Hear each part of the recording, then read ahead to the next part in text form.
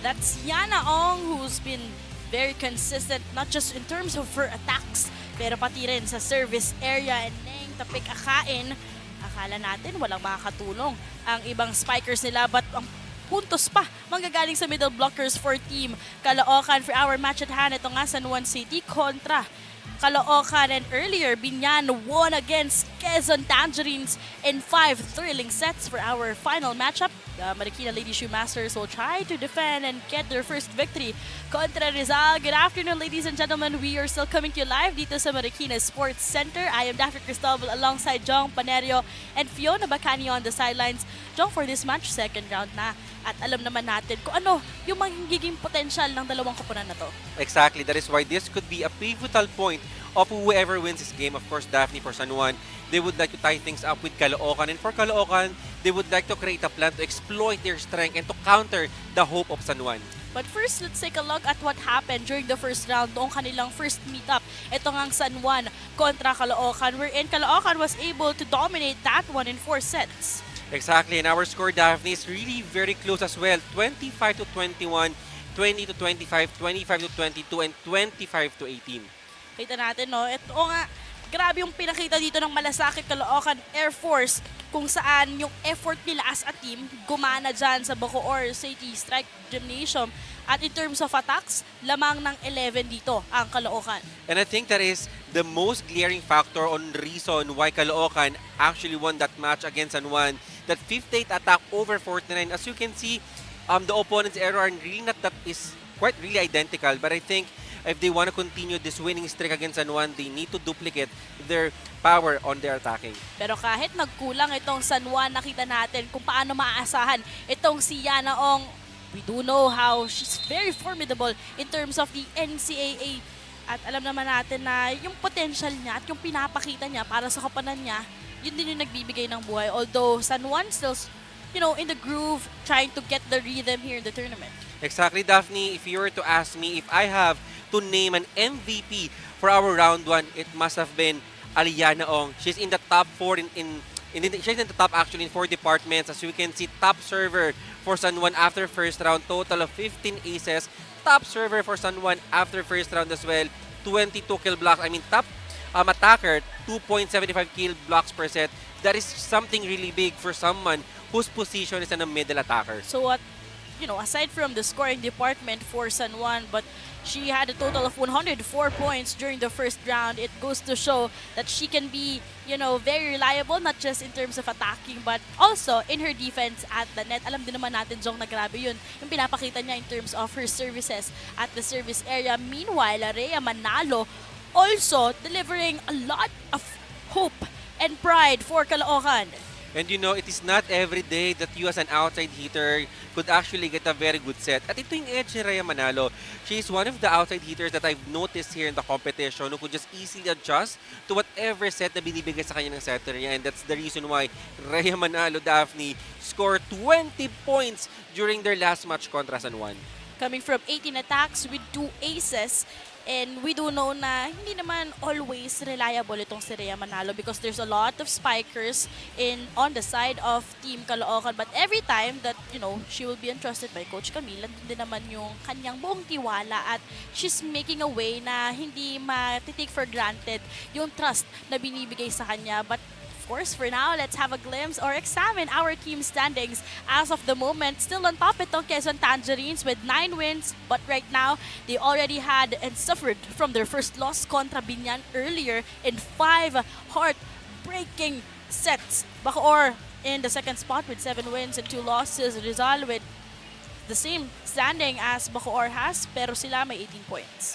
But as you can see, Caloocan just behind the number 4 spot of Binyan, and that is why it is very crucial because you want to advance your team to the semifinals. But here goes San Juan. If San Juan won this match against Caloocan, this will be a triple tie in the number 5 position. So this will be a very crucial match, Daphne. But what's interesting to hear right now is that nagkaroon na nga ng pagkatalo itong Quezon Tangerines. So it means na wala na tayo magiging step ladder semifinals. But of course, you would still want to go for that first 2 spots para magkaroon ka nga ng twice to beat advantage. But let's not keep you guys waiting as I turn you over to our venue game announcer.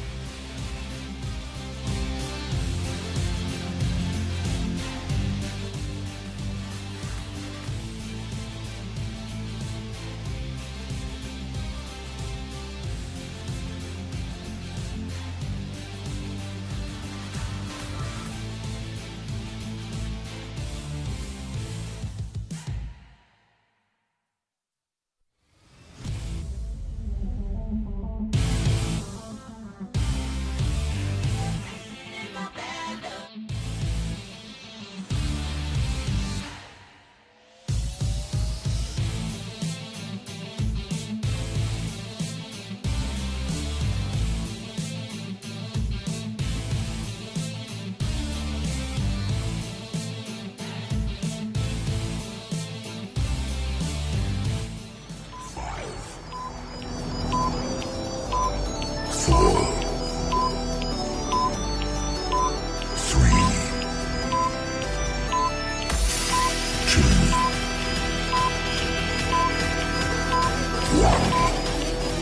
again, we welcome you here at the Marikina Sports Center for Manny Pacquiao's Marliga Pilipinas Volleyball Association, ang liga para sa lahat.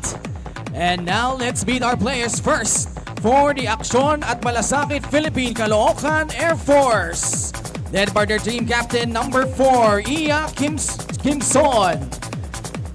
With their first libero, number 13, Airwoman Gail Valdez. Let's meet their players. Number 1, Airwoman Rebecca Cuevas. Number 5, Dara Nieva. Number 6, Sergeant Maiden Flem. Number 9, Sergeant Josa Camalsa. Number 12, Airwoman First Class Joy Cases. Number 14, Airwoman Nessel Gual. Number 16, Sergeant Angel Antipuesto. Number 18, Sergeant Josimer Akain. Number 21, Rhea Manalo. Number 23, Airwoman Aiko Ordas. And their second libero, number 17, Sergeant May Crisostomo. And now let's meet the players from the San Juan Lady Knights Go for Gold. Led by their team captain, number 3, Tere Manalo. First libero is number 20, Vanna Basbas. Number 1, Carla Sandoval. Number 2, Raisa Ricablanca. Number 5, Marco De La Cruz. Number 7, Babs Babiera. Number 8, Greg Cabadin. Number 9, Chuck Cunyada. Number 10, Princess Manarang. Number 11, Nicole Ong. Number 15, China Tayagan. 24, May Madulid. Number 25, Diane Tikar. And their second libero is number 17, Mafi Sevilla.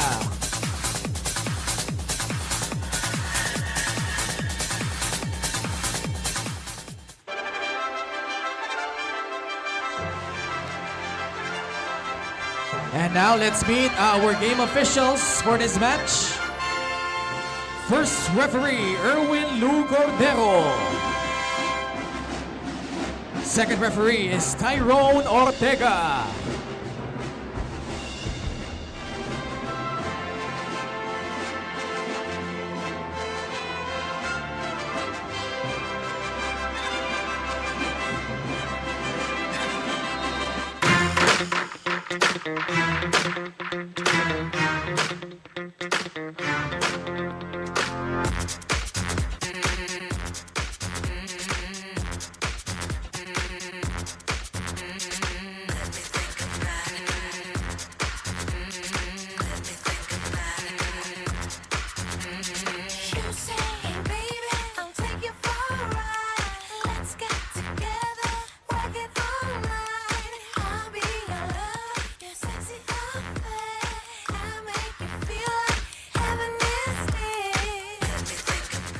And now let's meet our starters first for the San Juan Lady Knights Go for Gold.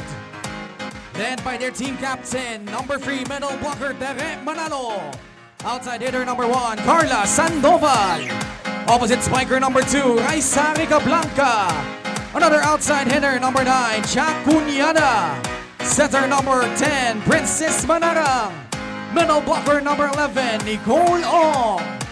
And their starting libero is number 20, Vanna Basbas. Coaching the Lady Knights is Clarence Aying Esteban.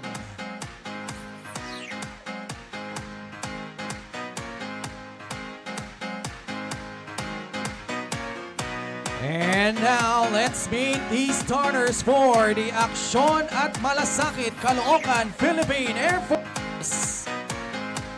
Outside hitter number 5, Dara Nieva. Another outside hitter number 6, Sergeant Maiden Flem. Better is number 4, woman Nessel Gual. Middle blocker number 17, Sergeant Angel Antipuesto. Another blocker number 18, Sergeant Josimer Akain. Opposite spiker number 23, Airwoman Aiko Ordas. And their starting libero is number 13, Airwoman Gail Valdez. Coaching the Caloocan Philippine Air Force is Sergeant Camille Abanto.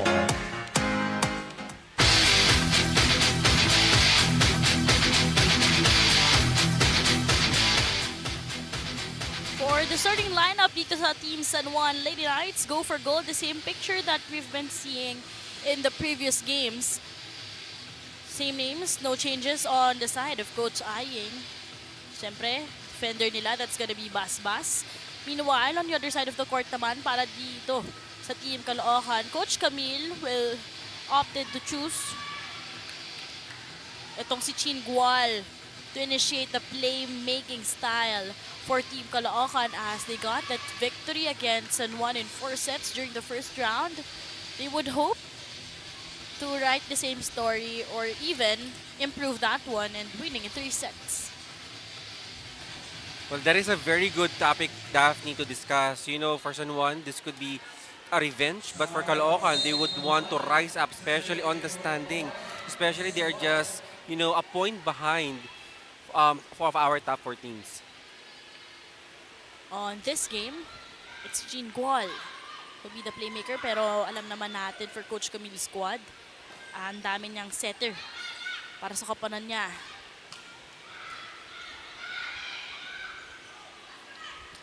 Nieva ginawa ng paraan. Kunyada. Early block there. Regalo para sa Team Kangkalu. Nieva lumilipad. Basbas na doon para sa coverage. Long rally alert here as Ong will be hitting that one. Ball is still in play. Says to Ong. Trying to dump that ball. Unang puntos pa lang. Oo, haba Hindi ka na na. pwedeng... So, kumbaga, you shouldn't miss anything here as Nieva. Too much sauce on that hit. And of course, you know, in this very tight match between San Juan and Caloocan, I must say that when everything really seems equally matched, attacking, blocking, I think it is a factor of who will minimize their errors. And apparently, Caloocan sending a free point right now to San Juan. Chin with that back set. What a save there by Basbas. Nika Blanca overcooks that one. Both teams coming from those attack errors. Napapasobra pa. Oo. Well, I must say, itong mga blockers natin for both squads are established. So, ang nagiging tendency dito ng attacker is that they need to attack the ball way above the hands of the blocker. Reason for the attackers to send the ball outside. Daran Nieva. Also interested by Coach Camille to add some spark for Caloocan. High push won't go. Kunyada. So nakita natin both teams having those spectacular job in defending the floor. But it's Antipuesto who will be earning that one. Well, both teams on the previous transition, they keep on pushing or they are doing just off speed. It looks as if that they are holding back, really trying to study first the defense pattern dito ng opponent nila. Pero syempre, tingin mo, Jom, paano naghanda? Or ano yung mga areas na pinaghandaan talaga specifically in terms of skills nitong Team San Juan? Well, for San Juan, I know that they already anticipating na babantayan itong si Nicole Ong. So for sure, Manarang played a lot of practices to set up the ball to the opposite into the outside hitter because Nicole Ong, just like what happened in our previous match, they cannot just rely on a one single player. Tsaka usually, di ba, yung mga wing spikers talaga yung nagiging reliable. Pero Oh, yeah. for on the side of Team San Juan, that's a different story for them since it's really Yana Ong that's manning the scoring department for them. But Kunyada with a service ace. And kakailanganin din itong Daphne itong mga services for both squads. Especially, this could also be the first form of attack. So if you have the luxury of putting in some muscle on your services, then why not? Sandoval swinging and killing that ball. And the inclusion of Carlos Sandoval, Daphne in the starting lineup really changed the game of San Juan. Not only on the attacking but as well as on the defense. Carlos Sandoval has this prototype of a very good outside hitter, both defense and offense. Another sharp serve there. Beautiful back set. Sordas nailing that one in. And Icordas, during their previous match, really played so well, Daphne. We both covered that game. And this is a high time for her to really be an additional deadly option for Caloocan. 1-point lead para sa Lady Knights. Manarang connecting to Rica Blanca. Nieva nandoon. Chance here for the white shirts. Reverses to Rica Blanca. Great dig. Coming from goal. Buhay pa rin po ang bola dito. Trying to save that using one hand. And Yana Ong, one of our top blockers here in the MPVA, already on board on her first block on that Aiko Ordas attack. Yana Ong with 15 aces during the first round. First overall siya. Oh yeah. And even with a total of 22 big blocks para dito kay Ong. Averages 2.75 blocks per match. Now their team is on top by 3.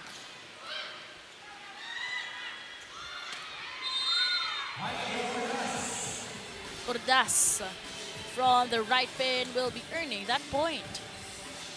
And the the presence of Aiko Ordas is also a big factor here for Caloocan, especially if nagiging tentative na or bantayado na yung outside hitters na Caloocan dito.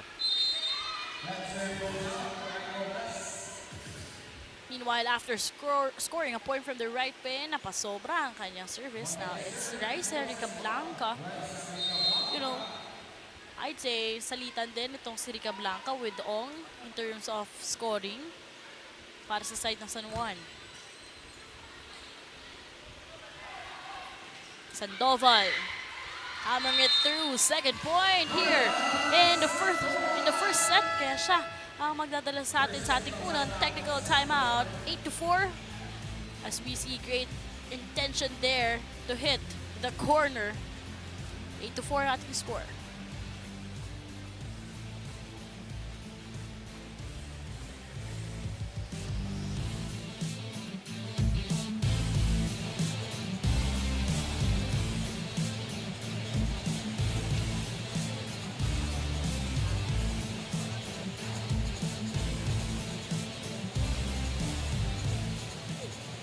You're still watching the 2024 Maharlika Pilipinas Volleyball Association.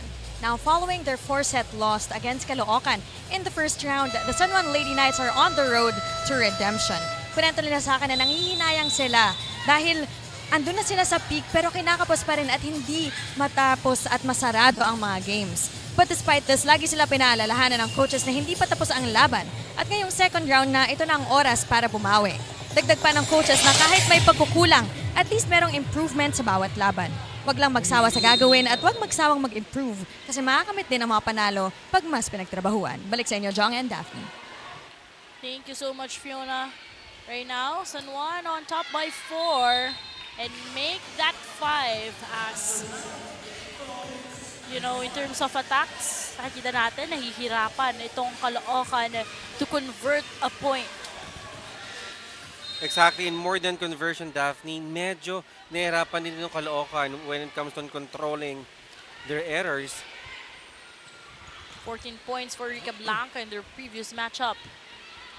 Let's see if she could, you know, double that output or mahigitan yung 14-point production na nabahagi niya but using the blockers. A point here for Caloocan. And right now, it's nice to see Caloocan to finally convert a point after a long transition. Try to connect from the middle. It's Capitana. And right now, of course, again, it's really important as early as this set to really activate your middle attackers. And Capitana Tere Manalo activated here. 5-point lead for the Lady Knights. Kalatang puntos nila. We got points from Cunyada, Capitana Manalo, even with Rica Blanca and Sandoval, and even with Ong. So far, ang ganda ng pagbahagi at pag-include ni Sis sa kanyang mga spikers. Certainly. And Daphne, ito na nga, both of the middle blockers ng bawat kupunan activated na. Sharp attack there, and Carla Sandoval will be getting her 3rd point. And what a time here for Carla Sandoval, Daphne, to score a point from the pipeline lang naman, and that could be an additional option and an additional confusion naman on the side of Caloocan para depensahan.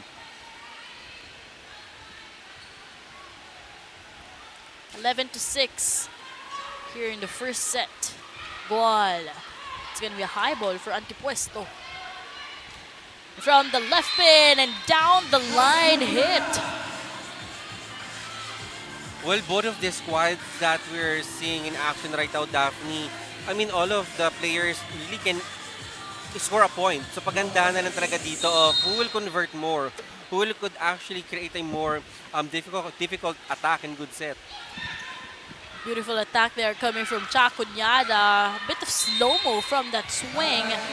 Just checking on kung saan niya ilalagay yung bola. And also more than the offense, I guess. But of course, let's credit that point to Nieva. I think it's on the defense too because you have a very formidable middle attackers and you can only set a ball sa kanila if magandang magiging service reception ng bawat kupunan. 5-point game. Ses, back sets. Rica Blanca, pinuto. Itong si Gual.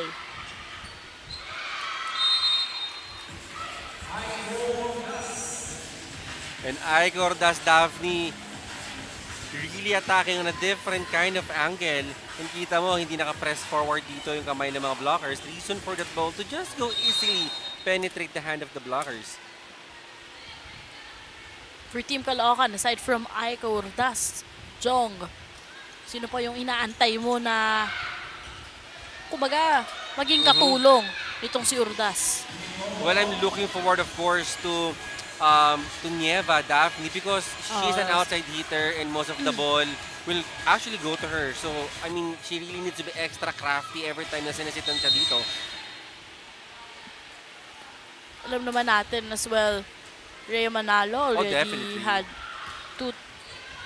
I think twice na siya naging queen of the court. And inaantay pa natin kumbaga yung A performance nitong si Dara Nieva. Miscommunication there on the side of Caloocan. Mukhang tayo ang muntikan ng pasahan ng bola dito. So, timeout by Coach Camille. 6-point lead. Hoy! Huwag niyo idahilan na mainit. Nag-iinsayo tayo sa init din. Ang nagbibigay ng puntos, hindi nag-iinsayo. Gumalaw naman kayo. May pasa nga tayo, wala man tayo atake. Hindi na magsabay-sabayan. Diba? Gamitin niyo yung utak niyo. Dahan-dahan lang kasi.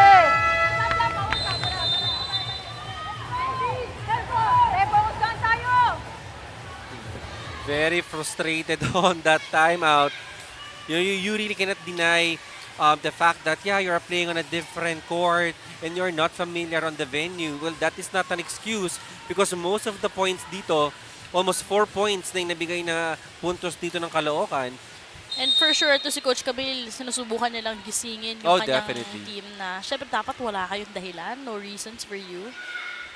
Regardless of the court, the weather, the environment, it's really up to you on how you would execute and play as one. But Kunyada, off the blockers from that attack, Lolobo sa 7, ang kalamangan ng Lady Knights. And as you can see, even the blockings, Daphne, it's really so loose.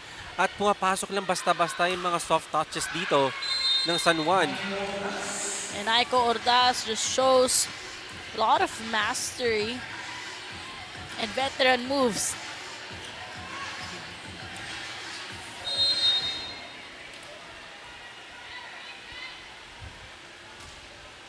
Strong serve by Nieva.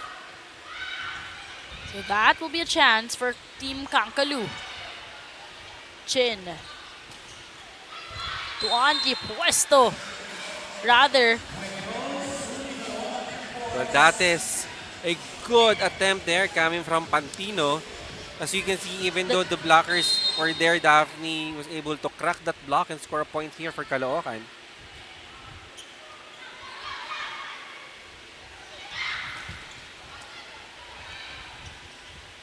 This time, reversing the set, chooses Urdas. Basbas. Just making sure na kahit sinong umatake, andun siya for coverage. And Pantino. Pantino.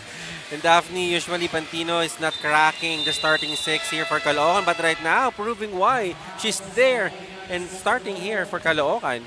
This is down to a 4-point game. Timeout will be called here. Angat yung bola kaso mahirap. Ganun ka ng ganun. Ganun ka yan. Lalong nawawala yung depensa natin. Yan, kunin mo lang. Yan mo lang tumama di angat mo lang yung bola. Okay? Ngayon, yung receive natin nawawala. Okay? Pag nawala yung receive, wing spiker, ready lang. Okay, lagyan ng variation yung bola, lagyan ng down the line, lagyan ng cross court. Wag lang puro diretso.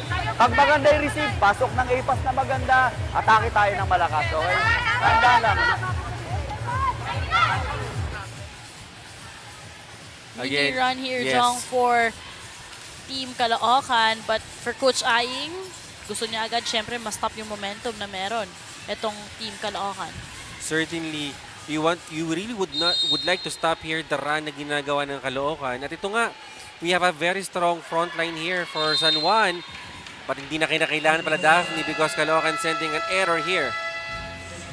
So now we'll be heading on sa ating second technical timeout, 5-point game.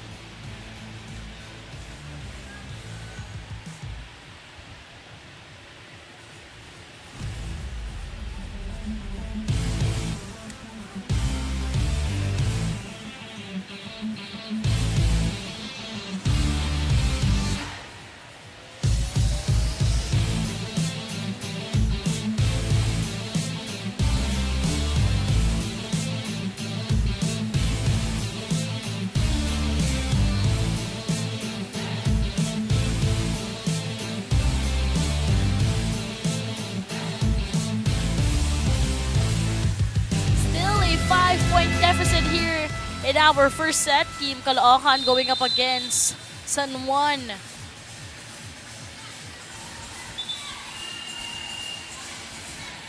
And now we see itong Team Caloocan led by Chin Gual in the playmaking style. But right now, we were talking about itong si Dara Nieva, top server for Team Caloocan during the first round with a total of 8 aces.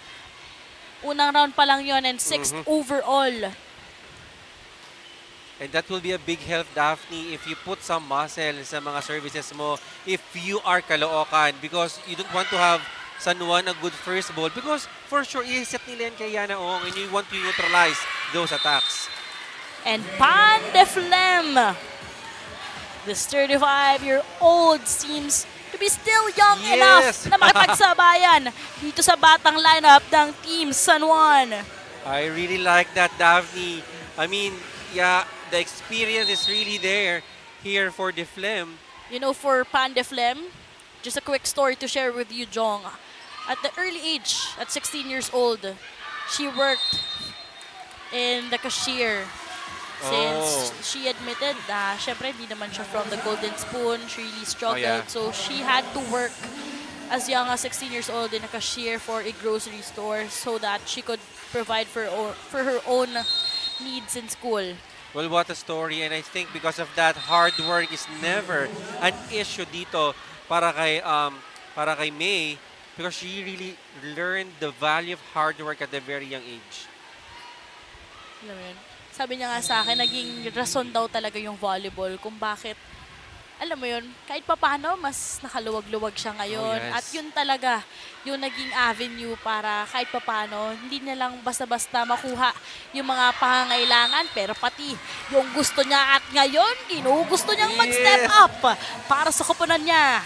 And what a way, Daphne, you know that you're earning by playing volleyball. Yeah. Diba? I mean, you're doing what you love at the same time you're able to provide for your family. And it's very rare, especially nowadays, Oh, that you definitely. get to enjoy something that you do while earning from it. Because most of the time, you would have to redirect, choose another path para lang, di ba, mas masustain mo yung mga pangangailangan mo.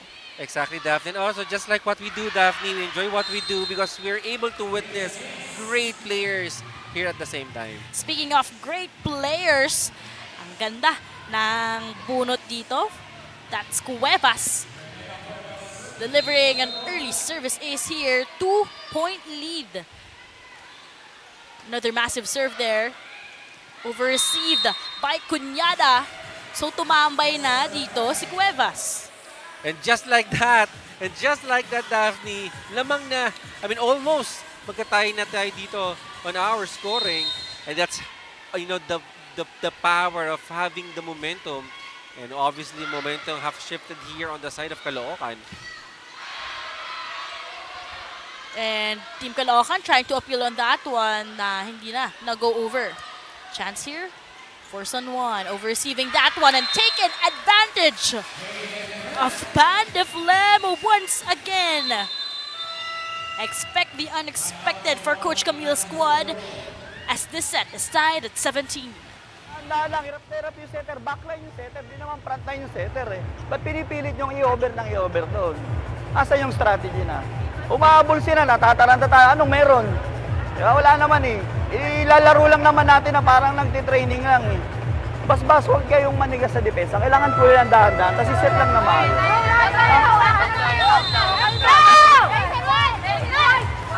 Yan na naman tayo. Let's go na, let's go. Tama na yan. And there you go, Daphne. Well, as you can see, a very strategic timeout here for San Juan. And I think there is a high time for them to stop the momentum dito ng Caloocan. And Jong, this is a 4-0 run for Team Caloocan as Cuevas remains consistent in the service area. Manarang reverses, chooses Rica Blanca, overshoots to that one. 5-0 run. Well, with the frustration dito of their coaches, Rica Blanca is just really way underneath that ball. Reason for that ball, even though follow through, it would really go outside. First ball is a problem here for Team San Juan. Ses, chooses Tere. Rebecca, binigay sa gitna. Ngayon, tapi kakain naman ang bubuhay para sa Team Caloocan. Lamang na po sila ng dalawa. Isang malakas na tapik para kay Tapik Kakain, already on her 3rd point here. And now, all of a sudden, Caloocan na nagdidikta ng first set. Sabi nga ni Coach Ayeng kanina, tama na yon, pero hindi nila mahinto ang momentum dito. Ses, chooses Raisa, not gonna go. And that double man substitution working out well for Coach Camille. And it's really Pantino de Flem. Exactly. And what a time for her to crack the starting 6 here for Caloocan. Already on 7 points, really doing a damage here for Caloocan. You know, Pandeflem used to play as a middle blocker in high school. And first love niya wasn't volleyball unlike the others, but actually track and field. Manara connecting to Kapitana, not gonna go. Rebecca. And that will be a point here. Courtesy. Of course, Yonko. Ito, si Yari din. And right now, Daphne, it's never really an issue of even just a simple tip dito na ginagawa ng Caloocan, nakakapunto sa sila. It's really a matter of, again, the service reception, the coverage dito na hindi ginagawa ng San Juan. Just like that. Tapik Kakain says no entry. And now it's Coach Ayeng who'll be needing that double substitution. And we see here, that's Greg Kabadin coming in on action here. And Tikar will be orchestrating for the Lady Knights. Let's see if these two girls could add up a lot of confidence and energy for their squad as they are already behind by 5 points, Jong. Exactly. Well, just when we thought that yung paglamang dito ng San Juan on the early part of the first set will continue, well, apparently, Daphne, it is very obvious that Caloocan already got the momentum here. 4-point game here. Cuevas. Whoa! Zero tempo there! And who can man and who can block that zero tempo attack from Tapik Kakain? Kape kakain says hi. Doon nga sa dalawang anak niya, Sam and Ken, who's watching us live here at the MPVA. Tikar, back sets. Chooses Sandoval. Rebecca nandoon. She would clean up that mess. Tikar, to Kabadin. Oh, First point for Greg Kabadin. You know, this opposite spiker, also from the Lady Cardinals, this lefty. Kinaliwa na lang para makuha ang unang puntos niya dito sa first set.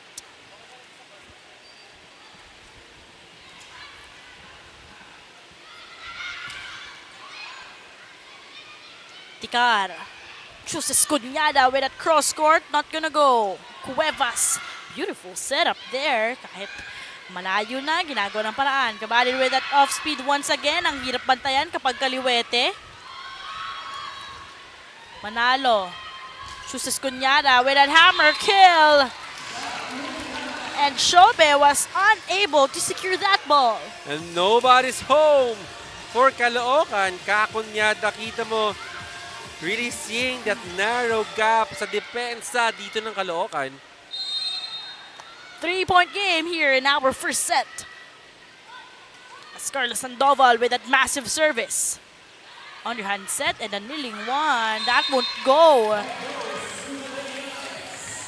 And right now, I think the momentum is playing seesaw here. Yeah. Indeed, it's a seesaw and a zigzag.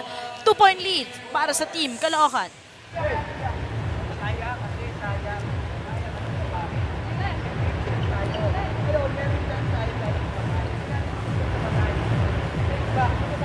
Iano mo kay Pan, tsaka kay, dun sa outside hitter mo, dalawa.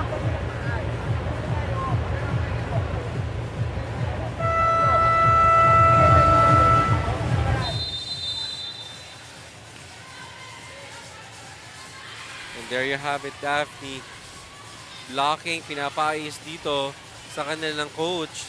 Especially in depensa nila sa likod because obviously San Juan is targeting kanina pa those backline and end zones on the side of Caloocan. So now 2-point game and Carla Sandoval also tries to become reliant in her services.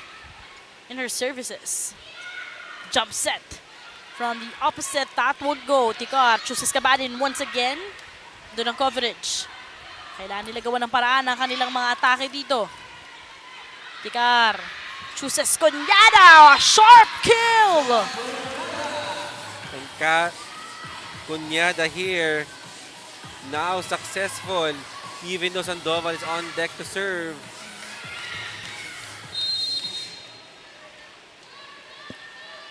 Just a 1-point game dito sa ating first set. During our first game, we've witnessed a 5-setter long match. And Carla Sandoval will tie things up. It's not a mini run, but a strong one. And there you go. You really need to put in, if you could make the service deck as your option to attack and to score a point, then why not? And perfect example is Carla Sandoval. Now it's Rhea Manalo injected in. Nieva would have to rest for a while, try to observe, and check out the different perspective of the game. Deadlock at 23. This time that will sail out, and that will bring Team Caloocan at set point. And Locke ran out of gas for Carla Sandoval, helping Caloocan to be at set point here. Neng with that beautiful serve. Tikar chooses Cunyada.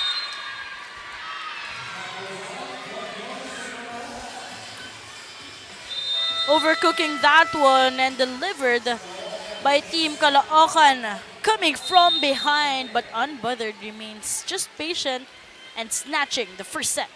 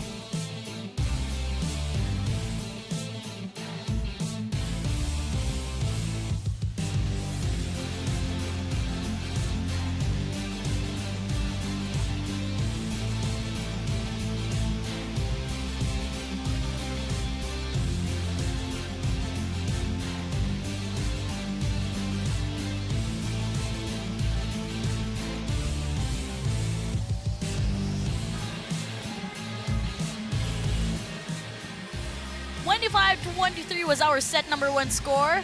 Caloocan, just coming from behind, remains very patient. Led by, of course, Pan de Flem, the game changer that she is. Although we saw a lot of contribution as well with Ike Ordas. Exactly, and I think the Avengers of Caloocan having Pantino, Tapik, and Ordas joining forces to get this first set contra San Juan. But San Juan, of course, wants a revenge here. But Caloocan, they want a repeat to have a better standing in our ranking. And nung pinasok itong si Cuevas as the playmaker, doon nag-iba yung timpla o yung kwento natin first set dahil siya rin yung matagal na tumambay in the service area. Meanwhile, for Team San Juan, we also saw the loaded services led by Carla Sandoval in terms of attacks lamang dito ng 6. Ang Team Caloocan, the same in terms of blocks. Exactly. Well, the 3 aces of San Juan, courtesy of Carla of Sandoval, really played well kung bakit nakahabol din sila on the latter part of our first set. But it is really the dominance and attacking Caloocan really capitalizing to get and to snatch this first set contra San Juan. Great din na alam mo yung naging adjustments, in-game adjustments for Coach Camille's squad. Kasi kanina, she was just trying to hype up her girls, telling them na dapat hindi maging excuse yung mainit dito na venue, but rather, alam mo yun, dapat mag-perform lang talaga sila. And right after that, few rallies, nagising talaga sila. Exactly. Well, and I think the heat here in the venue ay nakatulong pa for Caloocan to awaken their diesel within and finally snatch this set to San Juan. And obviously, just heat up here in the first set. Meanwhile, entering dito the second set, Coach Aing Esteban opted to choose Kabadin to play as the opposite and Tikar as the playmaker. So, uupo muna itong si Ses. First point belongs to Team Kangkalu. And right now, Gual on that 1-2 play. And as you can see, Daphne, for Gual, yes, it might be a challenge for her as a setter that no Caloocan players is in the top 10 when it comes to scoring. But I think the joint forces of Ordas, Akain, and Nieva all in the top 20 will be a factor here for Gual. And Gual, siya naman na nagse-step up ngayon. First 2 points belongs to her. And yes, in what a time, you know, Gual is a silent leader. Of course, Yonko as their captain, but she's a silent leader here of orchestrating, of doing a playmaking dito sa kanyang mga ka-teammates. And it's really very important to, you know, as a setter, to be composed and to be calm in a very tight situation. Chin Gual studied psychology during her college years. And, you know, she also played badminton and basketball during her younger years. Hindi niya rin first love itong volleyball. And her dream is to become a pilot. 3-0 run for Team Kangkalu. And it is not a good start for San Juan if you want to make up with that first set loss. This time, Chin Gual, napagod na doon.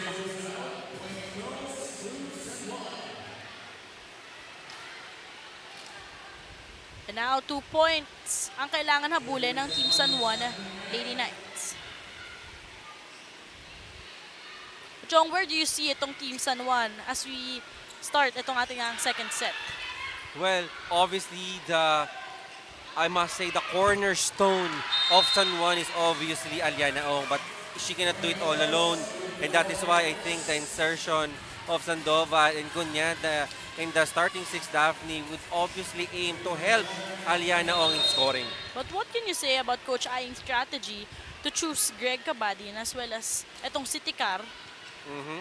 Wherein during the first set, nakita naman natin na sila yung naging double substitution in the latter part of the first set. Well, I mean, San Juan, the team, they need to have a better option here, and that is why Aliana Ong scoring a point here for San Juan. This Extreme Spike of the Set is brought to you by Extreme, your one-stop shop appliances. 2 points to tie things up right after that hammer kill by Yana Ong. Sabi natin, kilala siya dun sa loaded services, but this time, that will sail out. 3-point game dito sa ating second set. Pero sa ngayon, makibalita muna tayo kay Fiona Bacani. Compose natin sarili natin. Magtiwala sa sarili, sabi ni Coach Clarence Esteban sa huddle. He reminded the girls how important it is to go back to the basics. Balikan lang ng balikan ng bola. Pasa lang, set ng dahan-dahan at paluin ng malakas. Basic volleyball lang, sabi niya. Habang mas nakaka-relax, mas nakakuha ng maayos. Kailangan natin mawala sa sitwasyon na lumalamang tayo, sabi niya. Coach reminded the team to just compose themselves, relax at na hindi pa tapos ang laban. Babawi lang ng babawi. Balik sa inyo, Jong and Daphne. Thank you, Fiona. Indeed, going back to the basics, going back to square one can be the game changer on the side of Team San Juan. Double contact violation there. Lucky break for the white shirts. But here right now, well, slowly I feel as if that momentum apparently nakukuha na dito ng San Juan. Better transition and better coverage for the past sequences. Short service. Tikar. Chooses Madulid on that last sequence. Buhay pa rin po ang bola dito. Tikar. Dishing it to Madulid, getting that point. And Madulid, you know, this one of the players, I must say, that is very reliable. Homegrown of San Juan. Every time that, you know, the coach is putting her in the court, surely Madulid will deliver. Just 2 points to tie things up. A lot could still happen in here, but during the first set, we saw how Team San Juan dominated the first set, but you know, tables have turned during the last part of that first set. Indeed, a lot could happen. And good point there, Daphne, coming from Tara Nieva. You know, we appreciate, of course, the fact that Nieva very reliable on floor defense, but right now, she also needs to contribute and chip in points here for Caloocan. Got the best first ball in there. Chance to counter for the white shirts. Astikar chooses Madulid. High jump. You know, Madulid almost just tipping the ball outside, pero natapik pa. Kaya ang puntos napunta sa San Juan. And what a presence of mind there coming from Florence. Really anticipating that ball will surely go over. And now, the buzzer was hit by our first and second referee. Well, I think it is a wrong server, Daphne. I think it should have been Ong. 3-point game para sa ating second set. Lamang po dito ng 3 ang Team Caloocan.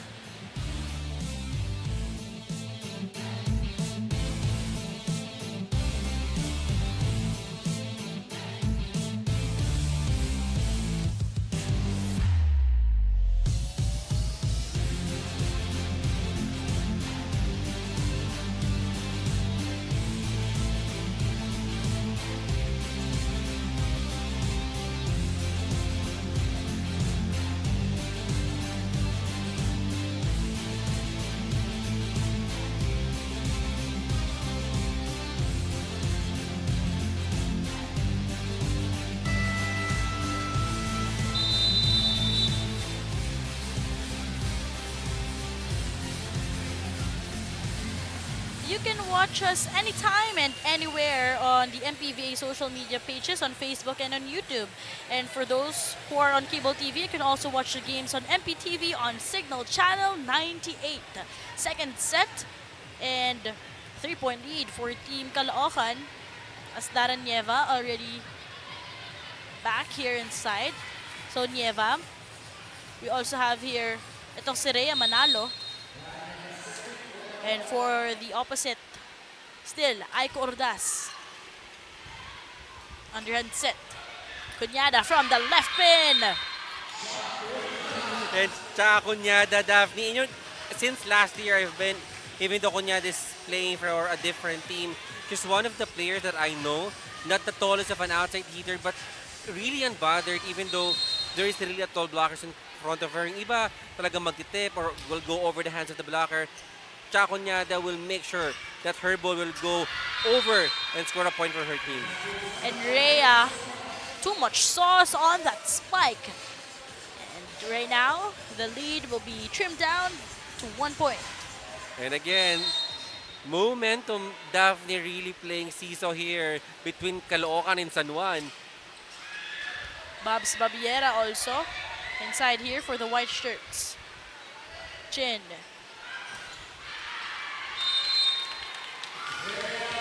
Wise attack there for Rhea Manalo using hands of the blockers. And also, that is one of the very good characteristic of a good outside hitter because you expect na talagang laging pupunta sa yung blockers. And sometimes, even though there's a blocker, you just know how to use to take advantage and score a point. Great read on that one since lalabas ang bola doon. And right now, those kind of errors, if you keep on piling them up, it will just simply kill your momentum. 1 point game dito sa ating second set. Tasgual, jump sets, chooses Manalo. Buhay pa rin po ang bola dito. Kabadin. Ordas was there. High ball won't go. Tikar. Ong being activated in here and she will score a bucket. And of course, you know, in tight situation, your number one option, no other than top of mind, Nicole Ong. If you can set a ball to her even from a bad reception, then why not? We are tied at 9.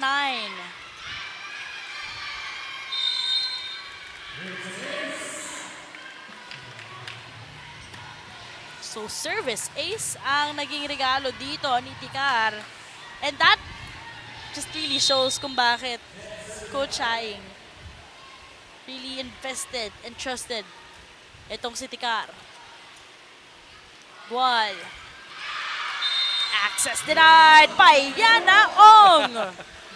And Yana Ong, you know, when she's on her mode, definitely magaling magbantay talaga itong si Yana Ong. And right now, weariness is on the faces of players from Caloocan. Di ka mapwede para dito kay Yana Ong. Tikar chooses Chacunyada, hitting zone 1. Wow! Chacunyada soaring and scoring there for San Juan, way above the heads of the blockers. And now, Pan the Phlegm. Back in action here. Seated for a while. Needs a lot of observation. Short service. Not the best first ball. Wow! Lucky break for her as she is trying to redeem herself. Instant impact, instant point here for Pantiflem, scoring an additional point, way now much closer to tie things up at 12 kontra San Juan. Hindi na kailangan mag-init dahil agad-agad na mainit na itong si Pan de Flem. Madulid with that first ball. Kapadin and nailing it through! You know, I really enjoy to watch those strong attacks, those changes of strong attacks from these great outside hitters. Greg Kabadin, also a Bulaqueña, former teammates with Hart Bio of Team Rizal as well as Kid Martin. Chingual, Gusturdas, kinuha ni Madulid. Kabadin from the right pin, no coverage. So the point will be credited for Team Kangkalu. And good anticipation there coming from Tape Kakain.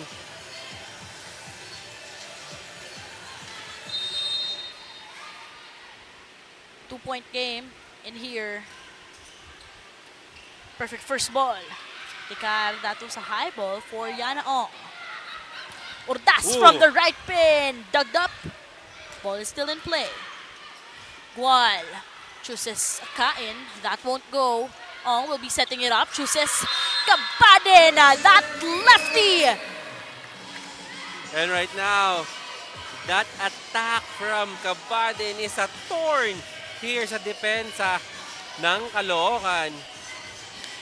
In the past few games, Itong si Greg Cabadin, she wasn't Yeah. seen in action for Coach Aying's squad. Tikar. Binigay ulit dito kay Cabadin. Not gonna go. Not an easy chance ball there. And Babs, nalunod na lang from that last sequence. Well, I think Cesc Baviera is way too closer dito sa net. But besides that, it's actually a very difficult set coming from behind to your middle. 3-point game. San Juan in command of the second set. Tikar activates Babs once again, but that won't go. Cabadin from the right pin.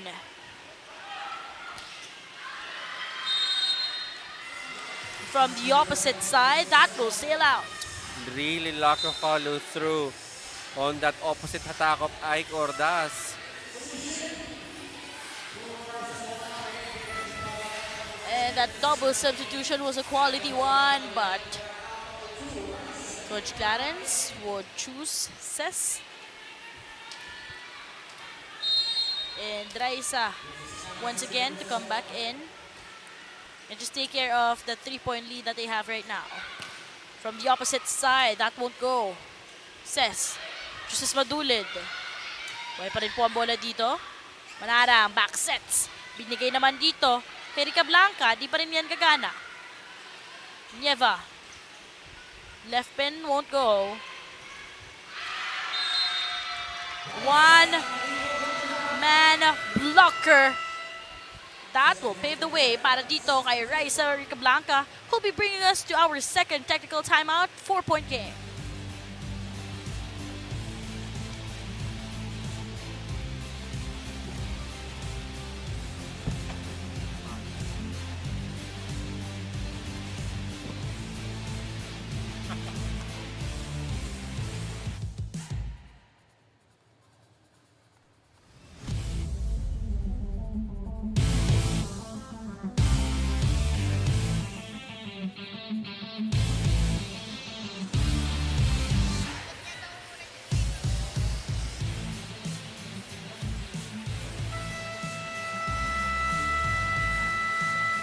Apat ang kaalamangan dito ng Team San Juan Lady Knights. Go for gold as Team Caloocan. Just a pretty slow start for them. But we do know how they are capable, especially with how things turned around during the first set. Exactly, Daphne. And right now, sabi ko nga, momentum really shifting here for both squads. So it's really who will capitalize this momentum. But right now, those errors, Daphne, is really a momentum killer. So they must really try to minimize their errors here. Now it's Cuevas. At syempre, si Yongko muli babalik dito. Double substitution on the side of Coach Camille. So what's tingin mo yung nagiging plano dito ni Coach Camps? Well, apparently, I feel as if that they are trying to make some shuffle and see who will work and who will fit well in this match. To score a point here kontra sa kanilang mga kalaban. And alam naman natin, no, si Cuevas naging magandang bunot din yan ng first set. Cesc, chooses Babs. Quick swipe. Ang tagal natin na hindi nakikita yung presensya o nararamdaman itong si Babs Baviera. And Babs Baviera, I'm really waiting for those moments, for that big break coming from Cesc Baviera. Remember, Daphne, during the inaugural season of MPVA, Baviera, one of the middle blockers that we have who can actually score a double-digit performance even as a middle. Trying to connect there from the middle, but Babs was there for the net D. Babs once again, but that won't go. Ball still in play. Cesc. Joses Conyada with exclamation point. And Conyada right now, powerful attack. This Extreme Spike of the Set is brought to you by Extreme, your one-stop shop appliances. Coach Camille will be calling a timeout. Let's listen in. Lapit.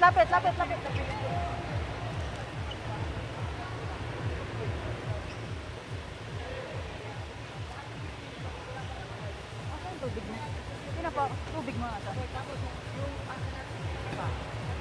Alam nyo, bakit mo na ano?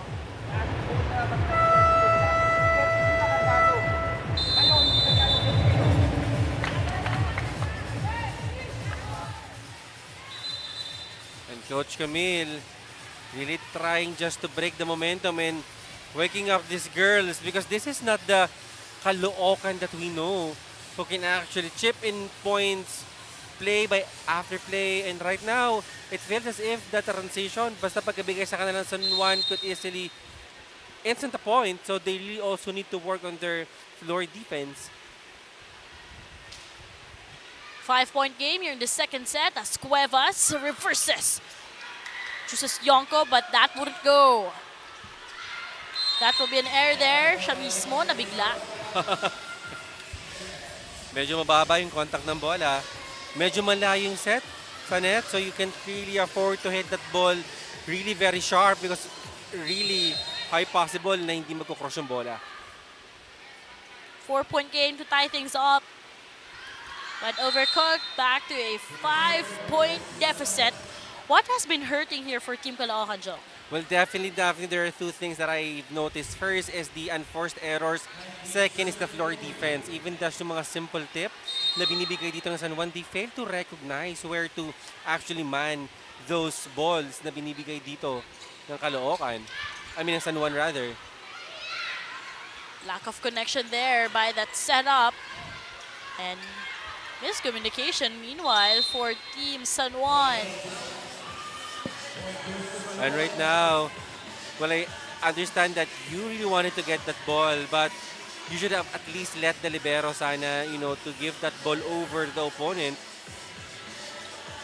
And for Team Caloocan, you're just up by 1 set, but right now you're behind by 4. So you would want to return to how you performed Oh, during the first set, but this time, it's Rebecca will be struggling in her playmaking decisions. and as you can see, Daphne, I think for the past 4 or 5 sequences, all are just errors here. No one actually converting. But Greg and Tikara will come back once again for the white shirts. That's the Anticar, one of the experienced setters for Coach Aying Esteban.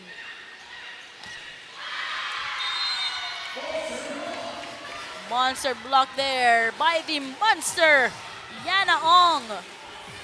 And there you go, Daphne. San Juan might have a problem on the first ball setting up Nicole Ong, but there you go. Nicole Ong still managing to score a point here through block. Hindi nyo naiintindihan yung every time na may risk, nasabay yung quick nila. Sumasabay. Sumasabay. So bakit yung quick? Kanina pa kayo nagpapasal ng quick. Lahat ng pinalo ng quick negative. Wala pang napatay sa quick. Tapos, meron yung walang problema mag-error resort. Kasi pag pumasok, sila. Ewan ko.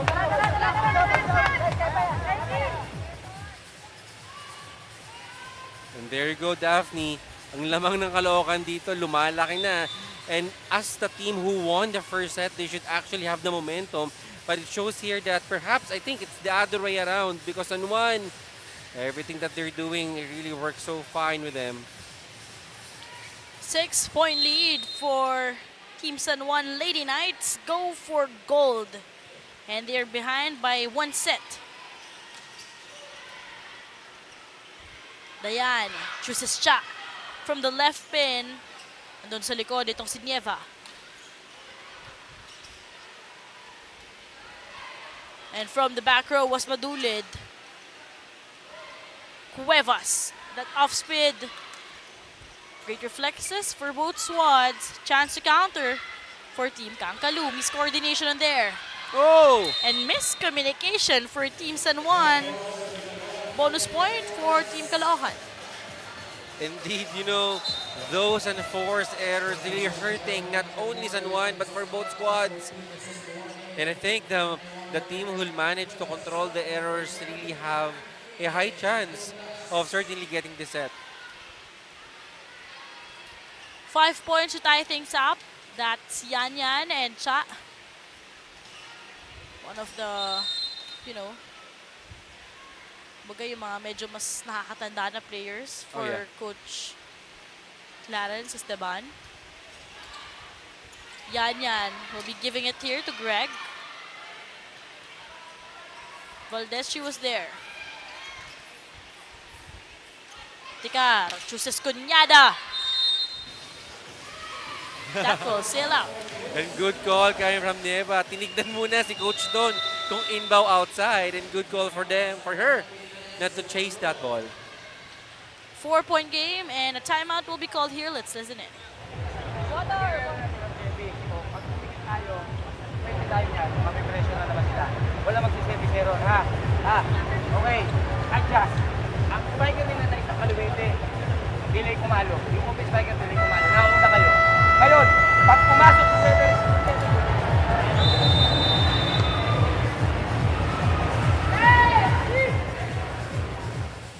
Good point there coming actually from Coach Jesse.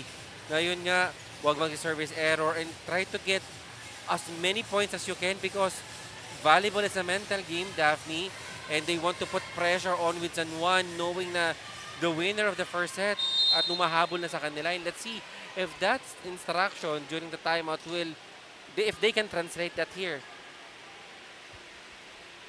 4 points para magtabla tayo at 21 pero magiging mahirap yan. Kabadin, she was blocked. Pinabawi, second time around, high ball, that wouldn't go. Wall. Lucky break there for Team Caloocan as this game will be down by 3 points.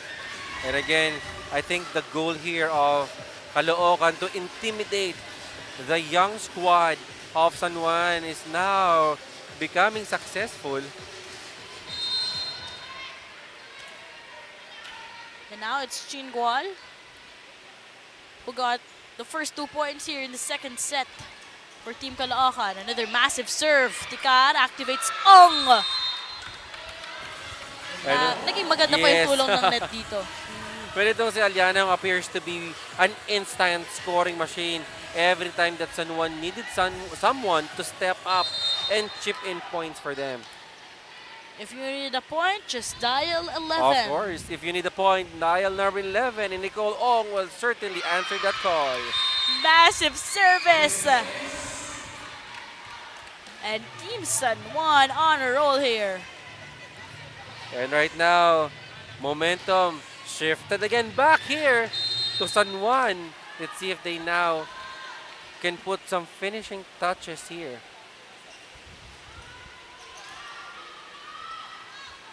Firm serve. And from the left pin, nalunod pa itong si Kabadin. Pan earning another bucket and trying to hold on for Team Kankalu. 9 very important points for May. For Caloocan, she's now on deck to serve. 4-point game. Yan Yan activates Ong. She was blocked. And Kapadin, bantay sarado din. Access denied by Tapik Akain. And you know, Tapik have been playing ages already. You know, you've already witnessed and seen different kind of game and different kind of play, so that it's really easy for her to judge if that is actually go under her favor.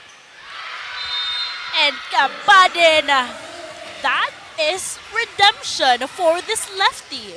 Yes, Kabadin, the revelation here in Marikina is with Greg Kabadin. Blocked earlier in the last play.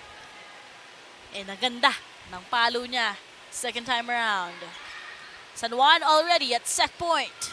Reverses, Turdas. What a save there. Coming from Cunyada. Gual.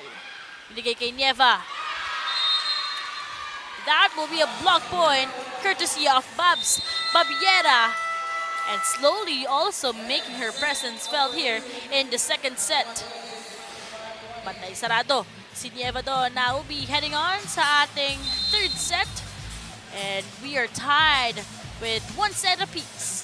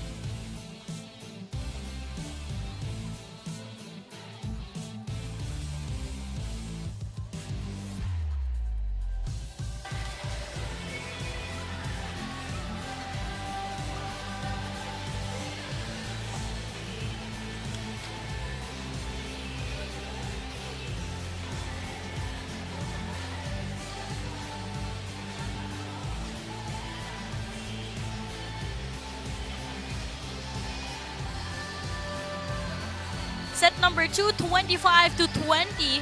And I would describe that as very unpredictable since San Juan Lady Knights on top. But we also saw how Team Caloocan was trying to catch up with the rhythm na pinakita nga ng go for gold.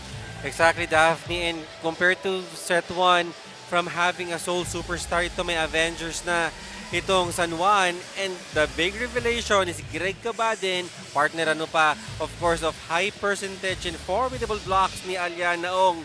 And Kunyada as well, really playing so great. And that is something that Caloocan failed to anticipate, the changes that could actually happen during the second set. And maganda yung naging connection ni Yanyan as well as ni Greg. Yung double substitution na yun, mas naging efficient for Team San Juan. And in terms of attacks, 5-point advantage for San Juan and just a 1-point lead in terms of blocks for San Juan. Exactly. Well, there is a total landslide of domination here for San Juan, even on blocking aces. They put some dominance here, and I'm just really so excited and interested on how well Caloocan, knowing that they are veterans, will respond after that second set loss. Pero pinag-uusapan nga natin, the unstoppable monster for Coach Aing's squad, and that's the 5'10" middle blocker, Yana Ong, with already 9 points coming from 6 attacks and 3 blocks. Of course, Yana Ong, sabi ko nga kanina, Daphne, if I have to choose an MVP for our round 1, it would definitely be Yana Ong in the top 10 in 4 different departments here after round 1. You know, studied in Chiang Kai-shek College in high school and transferred sa Intramuros for Coach Aing here in college and even taking up BS Architecture. Tough course for Yana Ong, pero parang pag nandito, parang siya talaga nagiging architect at nagmamando sa blocking department for San Juan. Set number 3, here we go. As Jean Gual will be opening things up sa ating set number 3. And on the side of Team San Juan, we saw here the same people we've witnessed during the first sets. It's Tikar, Ong as well, Kunyada, who also, you know, tried na sabayan yung pinapakita dito ni Cabadin. Chansa para sa white shirts. Yan, chooses Cha. Battle at the net. Too close. Yes, and Kunyada failed to actually control her approach. She's really came from far after that attack line.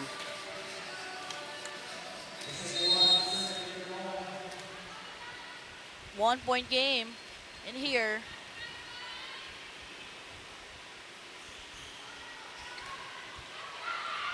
Not the perfect first ball. But still, ginagawa nila ng paraan dito. Yan, chooses Yana. Why and why? Kunyada through the blockers. And now, Kunyada Daphne just a point away. Well, I think already reached a 10-point marker here.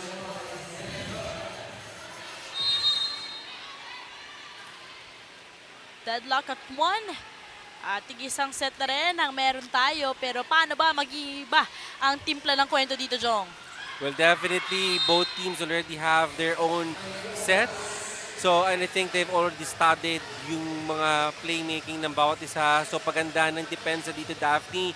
And I think the middles would surely play a lot here. So, let's see if it is Ong kontra Antipwesto na Kain will come out victorious here in the third set. Pero masasabi mo bang naging tahimik itong si Aiko during the second set? Oh yeah, Aiko does actually really very silent, even compared to her performance during the first set. And I think that's one of the missing piece. Missing piece, trying to nail that one through.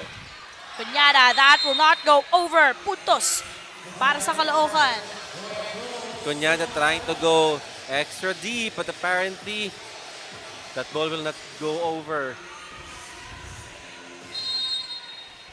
So Caloocan on top by 2 points here in the third set. Yan activates Ong, 0 tempo. Binisik ni Yana Ong. Yana Ong already at 10 points. Kita mo naman, just enough power, nothing so fancy, Daphne. Pataliana Ong being, a former second best middle blocker in NCAA, nagawa ng paraan at puntos para sa San Juan. 1-point game just here in the third set. That's Cha Cunyada, queen of the Sands during the NCAA season 98.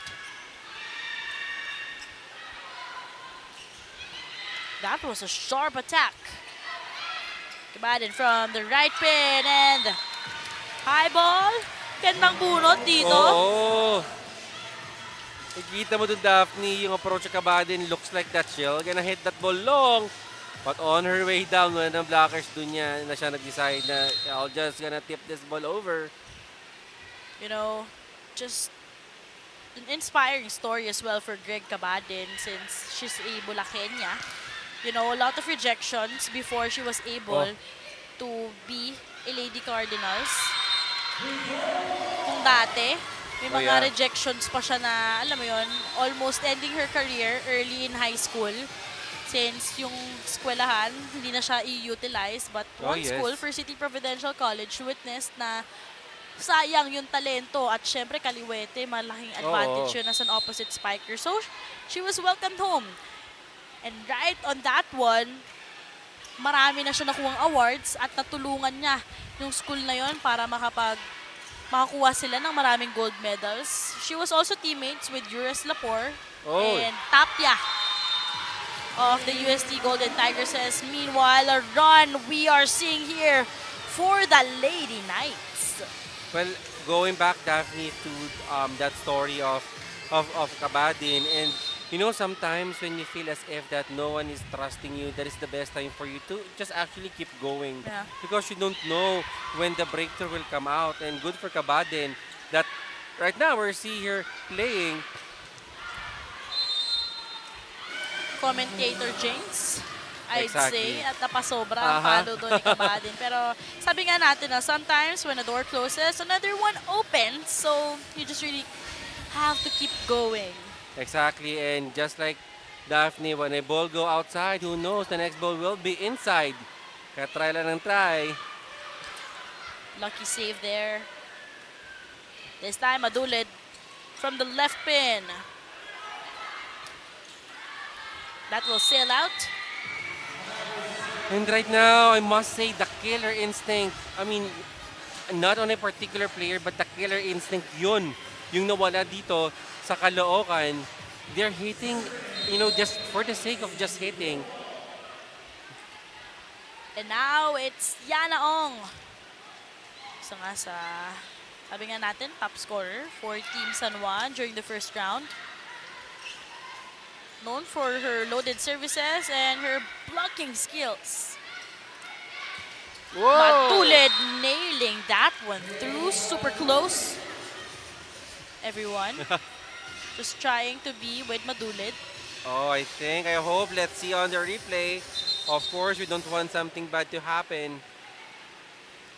And she was just so close. Dito sa ating first referee, mukhang naging masama ang kanyang landing doon. And let's hope that she'd be able to handle that one and shake off what happened. Alam din naman natin na maganda yung pinakita niya right after she was injected inside. And makibalita na lang tayo later on with Fiona Bacani. And let's all hope and pray it's nothing serious, as she will just really add up a lot of confidence and energy for her squad. And yes, it was a bad landing on her left foot.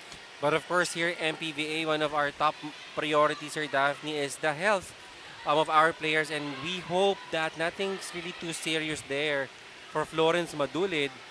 Pero kita natin yung left foot niya talaga was a bad one. 3-point game in here as her squad, lamang pa rin dito ng 3, make that 2. And now antipuesto.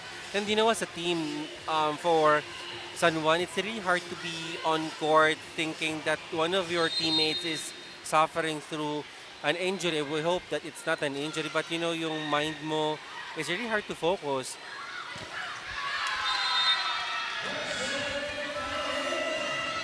And Greg Kapadin once again, not just scoring a point, but filing a candidacy here in the third set.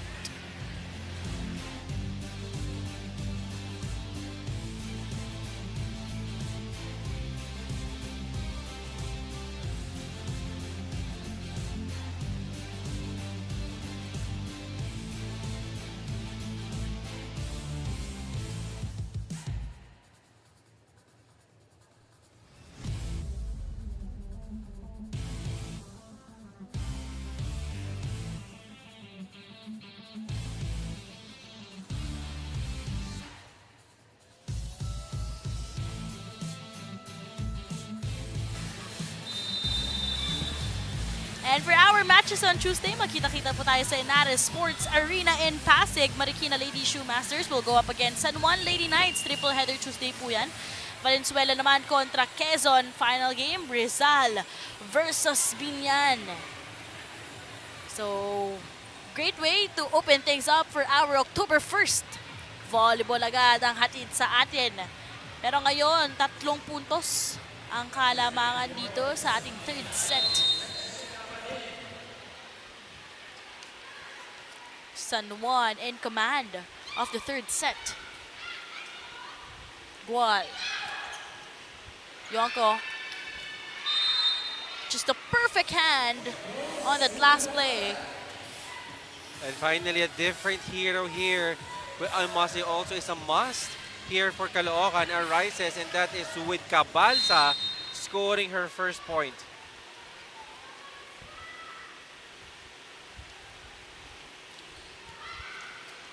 Over receiving that one. After that explosive service. And speaking of explosion, Pan from the left pin. And also, I mean, you never can, question the what can this Caloocan Air Force could actually do. But I think as just a little variation could also, confuse the defense dito ng San Juan. Teka, chooses Sandoval who replaced Madulid. Binabawi, second time around, that off speed. Chansa para sa mga nakaputi. Babs. Babs with that bang. And Cez Babiera, good decision from Tikar to go to Cez Babiera because Cez Babiera, in order for her to become a very good decoy, kailangan binibigyan mo ng bola. And let's see if the blockers dito yung mga defenders ng Caloocan. 2 puntos ang kailangan habulin ng Caloocan at sino ang kakailanganin na mag-init dito. And Cunyada overcooking that one. Kaya ang puntos mapupunta muli para sa Team Caloocan. Just a 1-point game in here. And right now, Cunyada, it has been a series of attempts since he actually scored successful. And that will be a 2-point game in here. And there you go right now. Well, I think for both squads, one of the cornerstones here, Daphne, is that they need to have a very good reception because they have a very good middle blocker. In the setter, they need to set up those middle blockers. 1-2 play once again by Chin Gual. That will be her favorite move. And Gual making herself to be one of the additional threat here when it comes to offense. Scoring again a 1-2 play dito for Caloocan. Doon mo makikita, Jong, na matalino na setter. Itong si Chin Gual. Very clever. Not just really in her distributing skills, pero yung kanyang, alam mo yun, yung kanyang gigil din in terms of attacks. And Cunyada, hindi lang Queen of the Stands, gusto rin maging Queen of the Court siguro sa larong ito. Definitely, and why not? Cunyada already on 11 points here kontra San Juan, and good to know that Cunyada was able to penetrate that hard blocking of Caloocan. From the right pin was Aiko. Hinabol ni Sandoval. Chansa para sa team Kaangkalu. Chin.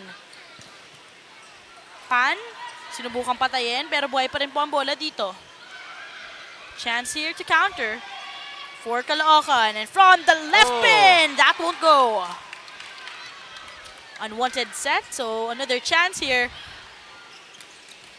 for Team Kangkalu. Tikar, dish, that wouldn't go. And that rebound, ball is still in play. Kabaden, that lefty. Wala na, nakahabol ng bola. And she will end things up. And Kabaden, you know, what a moment for her here in the third set. Didn't crack the starting six in the previous matches of San Juan, but right now, I will not be surprised, Daphne, if Kabaden will crack the starting six in their next game. Would you say na siya ang nag-iba ng kwento dito, Jong? Oh, definitely. I would confidently say after Nicole Ong, it is Kabaden who really makes much difference here in this set. Nabati mo siya from that Yun. last play. The commentator's jinx continues, Daphne. And this Extreme Spike of the set is brought to you by Extreme, your one-stop shop appliances. 2-point game here in our third set. Perfect first ball. Yan, tuong, bantay sarado. Kabaden, that was too low for her. Yes, that set is really low coming from Tikar. And as an outside hitter, you really need to taasan yung set mo because your outside hitter still needs to approach and adjust pa. 1-point game dito sa ating third set. That was a short and massive service. Pan with that first ball. Combination play. Great target.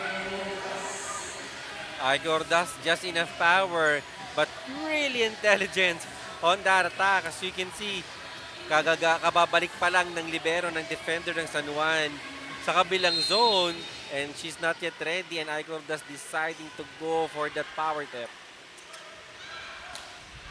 Kunyada. Not gonna go. And Kabalsa, that will also not work. Buhay pa rin po ang bola dito, sinasalba. Ang ganda sana ng palo doon ni Kunyado kung meron din coverage. And that is a good coverage on the side of Caloocan. For San Juan, no option. They would really go to Kunyada. 1-point game and a timeout will be necessary here. Makinig muna tayo.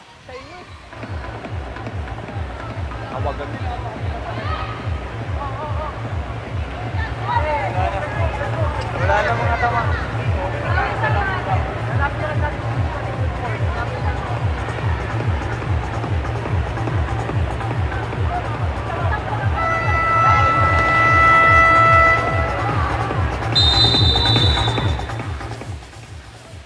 There you go, Daphne. You know, this San Juan, they have this momentum in the second set, and we expect that they could actually bring that momentum here in the third set, but apparently it is the comeback, the revenge of Caloocan appearing to be victorious here in the third set. But this could still be anybody's game. Isa lang yung lamang dito ng Caloocan. 1-point game here in the third set. As we're just going around and about. And Yanaong with that punch. You know, those power tips na binibigay dito ni Yanaong, that is not the most powerful kind of attack, and that is not something that you expect a Yanaong could actually create because you know that she is a powerful middle attacker. But I must say that those were really very crafty and well-placed middle attack coming from Yanaong. We are deadlocked at 13 and still a lot could happen instantly. Kabalsa making her presence felt right after that down the line cross-court kill.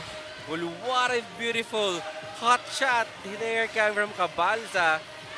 As you can see, lumihes doon sa hands ng mga blockers and no one was there to defend that cut shot galing kay Kabalsa. First ball, perfect one. Yan chooses Greg. Wow! And Daphne, Kabaden, what a moment for her to shine. What a moment for her to play here for San Juan, scoring 9 big points for the Lady Knights. Look at that high elevation and just trying to hammer that one through. And now we are tied at 14. Strong service. Reverses. Turdas. No one was there to pick that mess up.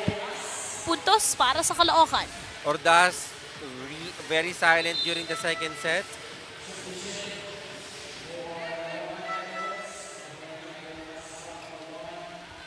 Double substitution.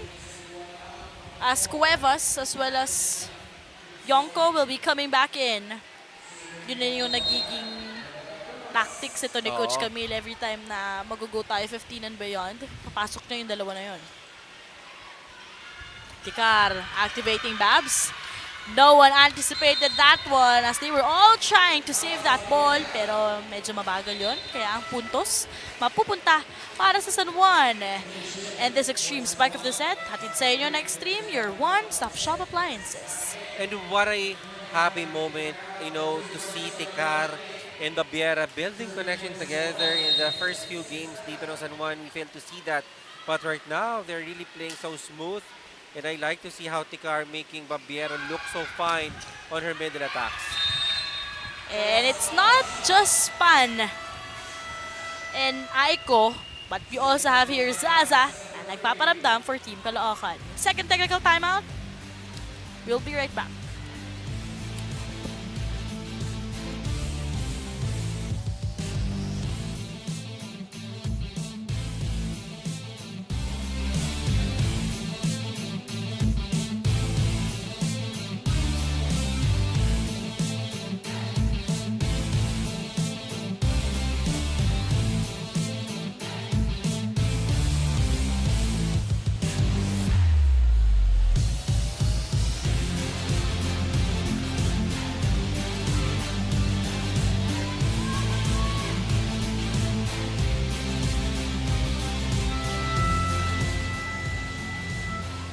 You're still watching the 2024 MPVA. Florence Madulid suffered from a bad landing after stepping on the referee stand earlier. I talked to her and she told me na masakit ang left ankle niya at kasalukuyang namamaga. Her ankle is currently being iced as she's advised to rest on the bench. Madulid is still under observation by the team's PT to see whether or not she can still head back into the game. That's all from me, Daphne and John. Thank you, Fiona. Well, yun nga. Kita nga natin, that was a bad landing for Madulid. And kita naman natin ngayon, dikitan lang ang laro. Pero mas maganda kung ipapahinga niya na nga lang talaga. And other players would definitely try to yeah. impress for Team San Juan. Cuevas. Back set, that wouldn't go. Scramble D, and a chance here to counter, but whistle will be called here for touches na. Caloocan right now, I don't know, but I see that they're playing so tight, Daphne. I mean, this is not yet the biggest lead of San Juan, but they're moving as if they are already lost the set. And now, 1-point game to tie things up. And sabi mo nga, hindi ito yung Caloocan na kilala natin. Pero Pan, the veteran that she is. Yes. And as we can see, Daphne just passing the ball on that narrow gap between those hands of the blockers. Something that only a veteran could do. Just literally witnessed the real world, the real life at the early age. Sacrifice a lot. But still, making sure that volleyball will be the key to slowly achieve her dreams and make it all come true. Cuevas goes to Pan. Talking about this young lady. Chance to counter para sa Team Kangkalu. Balik sa kanya ang bola. Third time around. Buhay pa rin po ang bola dito. Great reflexes for both squads. And that running attack, well read by San Juan. And Pan with that off speed. What a save there by Sandoval. Cuevas. Nalunod na, pero buhay pa rin po ang bola dito. This time, goes to the right pin. Dug up by Sandoval. Regalo para sa Team Kangkalu. Cuevas. That will be an error there. Exactly. Well, May is actually running late on that approach. Well, obviously, itong setter really going through back and back and back to Pantino. Kikita rin natin dito, no? Doon yung exhaustion Nandun for na, Pan. exactly. Yeah. Coach Camille would try. Parang kanina tinatanong niya kung kaya pa eh, pero...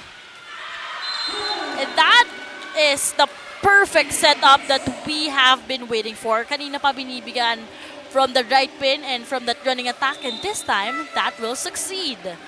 This Extreme Spike of the set is brought to you by Extreme, your one-stop shop appliances. And of course, Yonko, our team captain.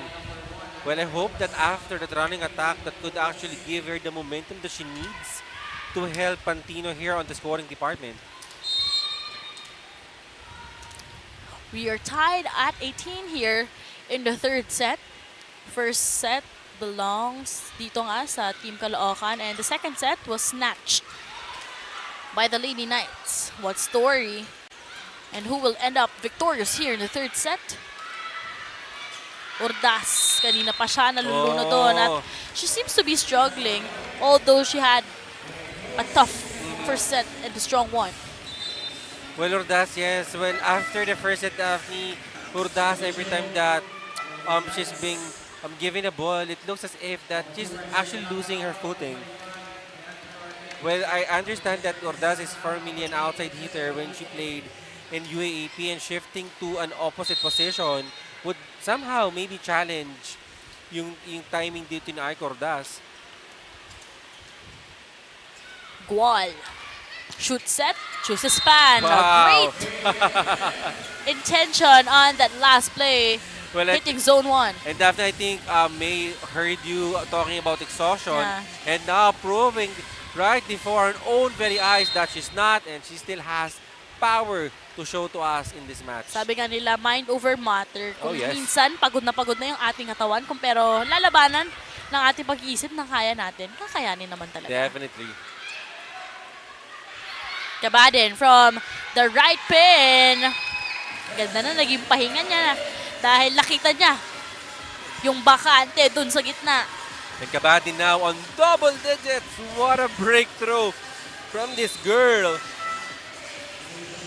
And now it's Pan will have to rest and recuperate for a while. Daranyeva coming back in. Tingnan natin kung maghahatid siya ng enerhiya para sa kapanan niya. Chacunyada with already 11 points on this game. And her squad on top by 1 point. Second game for our triple header Thursday. Next natin na laro, Marikina kontra Rizal. Access denied for Yana Ong. And Yana Ong. Imagine, Sandoval, and you have Yana Ong there manning your offense. This will be a tall order for Caloocan. Solid block point, kaya 2 points ang magiging kalamangan nila. Muna doon. Pag may receive tayo, sasabay yung winger natin.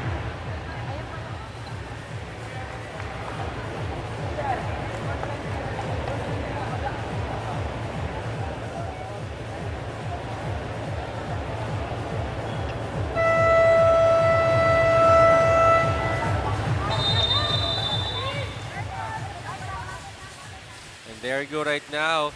Well, the good thing about doing the timeout na hindi pa malaking kalamangan, Daphne, is that it feels as if that is something that is doable for the team. Just like here for Caloocan, it is just a 2-point lead ng San Juan. And all they need to do is to translate whatever strategies na binigay sa kanila ng coach nila, and also to play, if they can, play perfect volleyball. 2-point game dito sa ating third set. Cabalsal lumipad and that cross-court hit. What Making a statement of her Yes. own. And Daphne, it's worth to see the replay. As you can see, pinaluan talaga above the finger of the blockers. Now it's 21. And that will sail in fourth pick, Kakain, tying things up. And after that timeout, responding really well and tying things up here kontra San Juan.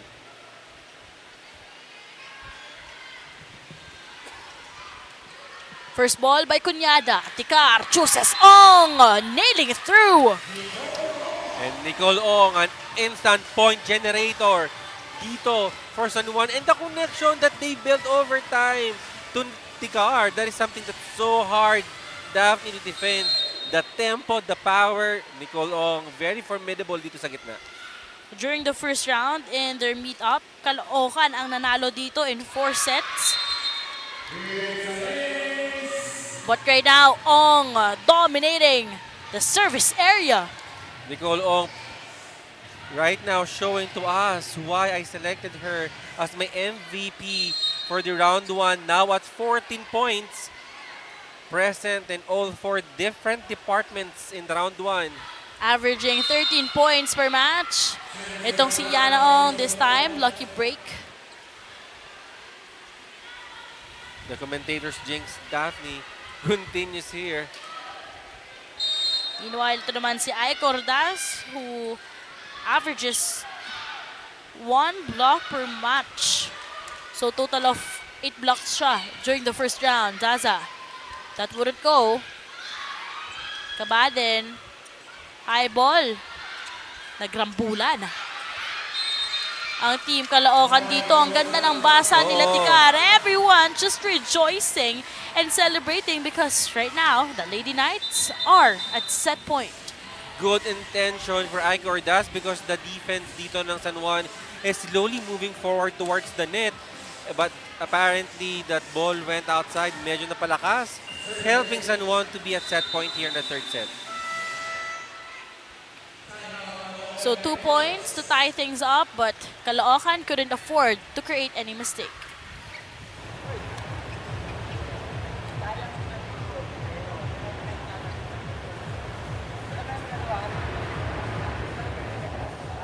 Pan, recover ka.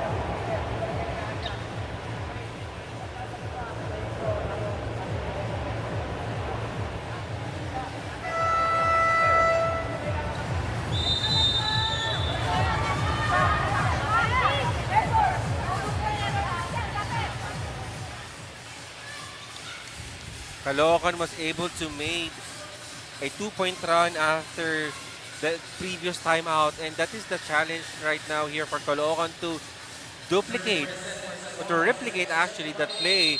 But for San Juan, this will be a tall order for them. The finishing touch to finally have an advantage of 2-1. And that will sail in for Greg Kabaden.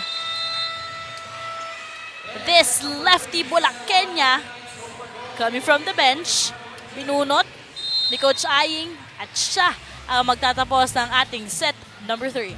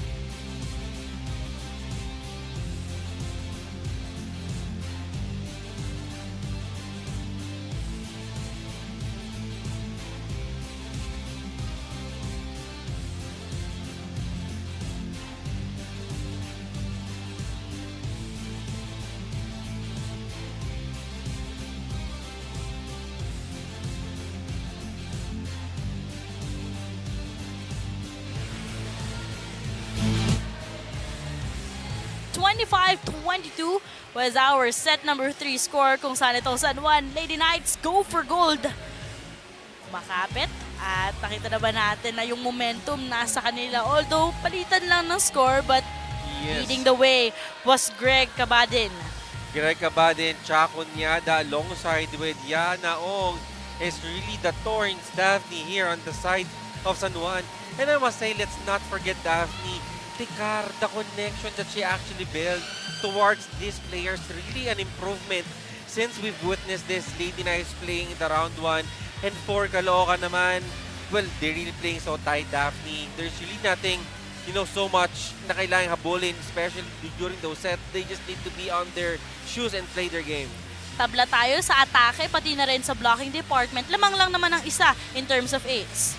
And that is the good thing about the statistics, Daphne. When everything seems pretty much equal, ang magkakatalo talaga dito, Daphne, is the execution alongside this which team yung kapag-minimize ng kanilang mga errors. And now, let's check out. Ito naging tremendous, spectacular performance of Greg Cabadin. This lefty na pulakin niya. Maganda naging regalo niya para kay Coach Aying.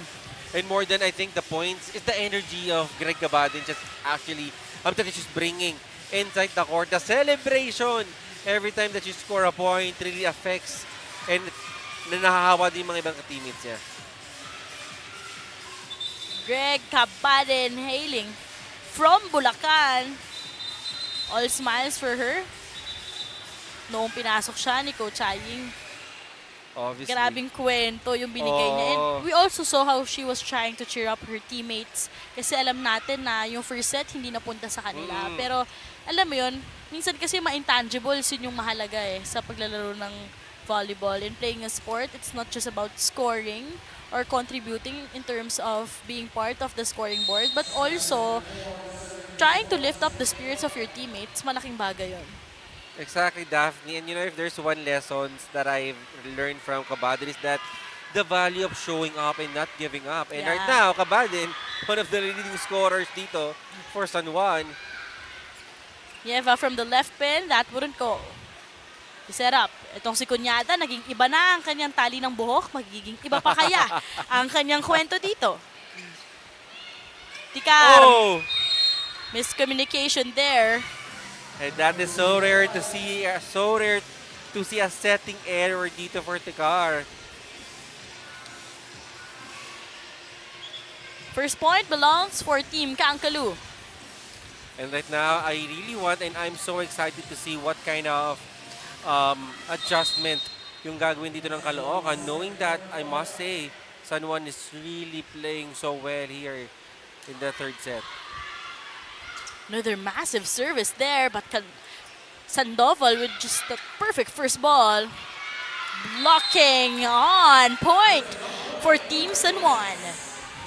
Courtesy of Chaco Niada. She played so well. Oh, Nicole Ong rather will be credited on that block. The deadly middle blocker for Coach Aying's squad. First game natin, naging 5-setter match. Tignan natin kung maduduplicate yan dito sa ating ikalawang laro. Let's see. And that is in the hands if Caloocan will win this set. Greg Cabadin nailing that one through again. But how would you observe itong nagiging body language, itong facial expression na meron itong Team Caloocan who's right in front of us? Well, I must say, Daphne, they're really moving so slow na. Poor anticipation on the attacks, and it shows sa mga atake nila, they are moving so tight. And it looks like as if, tapos ng laban. Well, the set is not over until someone reached 25. Sabi mo nga, Jong, naging slow sila. Pero para doon sa mga kakanood lang, can you describe kung paano sila naglaro during the first set, kung saan sila yung nakasecure nun? Well, they start this match really well, Daphne.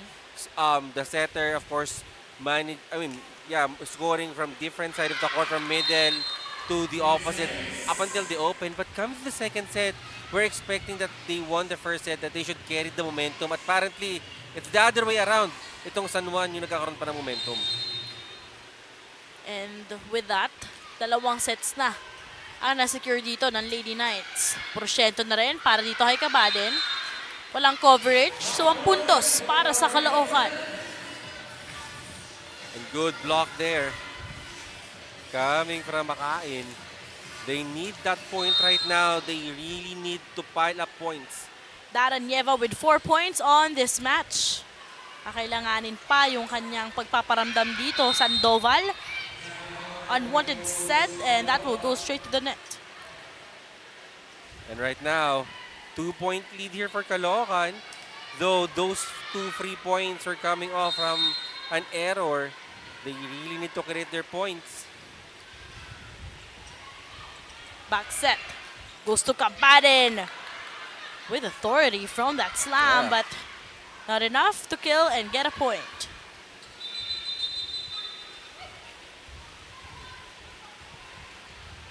So, whistle Whoa. was called by our first referee, Tikar. I think Tikar because medyo nag-slip doon. Pero all goods, Yeah, giving all goods, yeah. our referees that thumbs up, a much needed one, so that we wouldn't worry in here. And that's the family of Tikar supporting her here on the sidelines. And kung andito rin naman talaga Of yung course, pamilya mo, kahit definitely. sino, magiging ganado, no, Jong? And I think that is why, sabi ko nga sobrang smooth din ng communication or ng connection ni Tikar alongside with her spikers. Tikar chooses Sandoval. Bantay sarado. Pantay sarado. They know that Carla Sandoval will hit that ball because Kunyada on her diagonal received that ball and naka-face na si Tikar towards the left side. So, very obvious na ay Sandoval pupunta yung bola. Greg Kabaden. Welcome to MPVA. Greg Cabadin right now, Daphne, is unstoppable. And how can you stop these lefty spikers, even the blockers dito? Hirap i-block or basahin kung saan direksyon pupunta ito sa Cabadin. Kumbaga yun yung nagbigay talaga ng stress Oh, yeah. for Team Caloocan because they couldn't really stop itong si Greg Kabaden.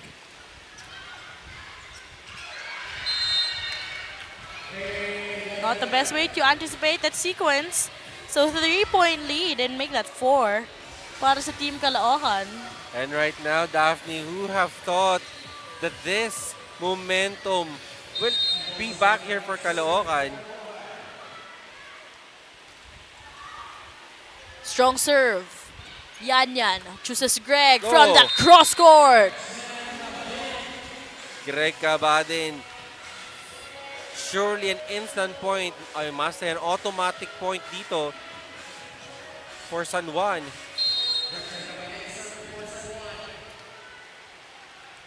Now, just 3 points to tie things up.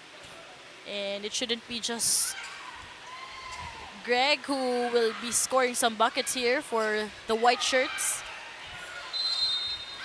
Battle at the net and so double contact violation will be called by our first referee. 4-point game here in our fourth set. Technical timeout muna tayo.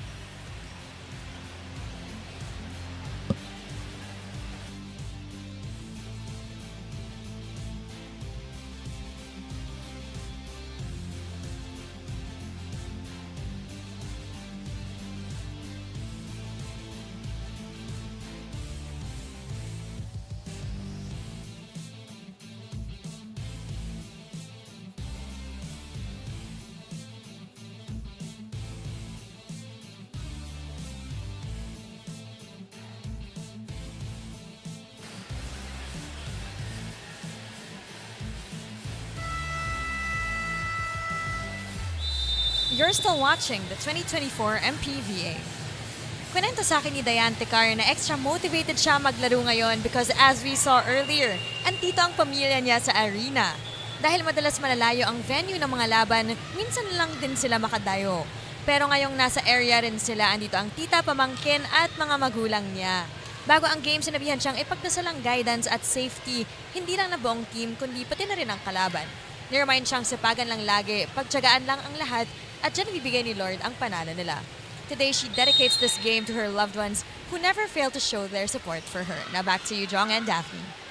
Thank you, Fiona. And it's the 5-2 playmaker of Team San Juan who was just being creative and clever enough Yes. in distributing the ball for the Lady Knights. But a substitution will be made here by Coach Aying.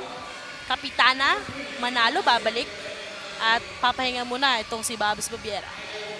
And I think after that set, watching the other Lady Knights, Kapitana Tere Manalo, already have a different perspective on what's lacking right now here for San Juan. Gual. Chooses span, elevating and making a way for herself. Very good, decision for her to go for a long cross-court there. Kita mo, bakante at no one's there present defending a kill. Timeout will be called here. Let's listen in. Walang akala. Dapat sigurado ka. Di ba? Sa akala natin, sige lang, kuha lang ng kuha. Pag hindi lalagpas sa ulo mo, ibig sabihin, nasa inside pa. Pero pag bababa sa katawan, ibig sabihin, tatamaan ka, nasa inside pa rin. Pag lumabas dito sa ulo, ibig sabihin, outside. Bakit? Tumitigil tayo eh. Di ba? Sino nagbablock? Ito, dapat aggressive tayo sa depensa. Kasi siya yung nagbablock eh. Tulungan natin siya. Wala natin, hindi talaga siya makakablock. Ma-deflate yan, samba na natin yun. Pero kailangan ma-depensa natin ang ma-depensa. Kasi puro sa open nila ibibigay yan. Ha?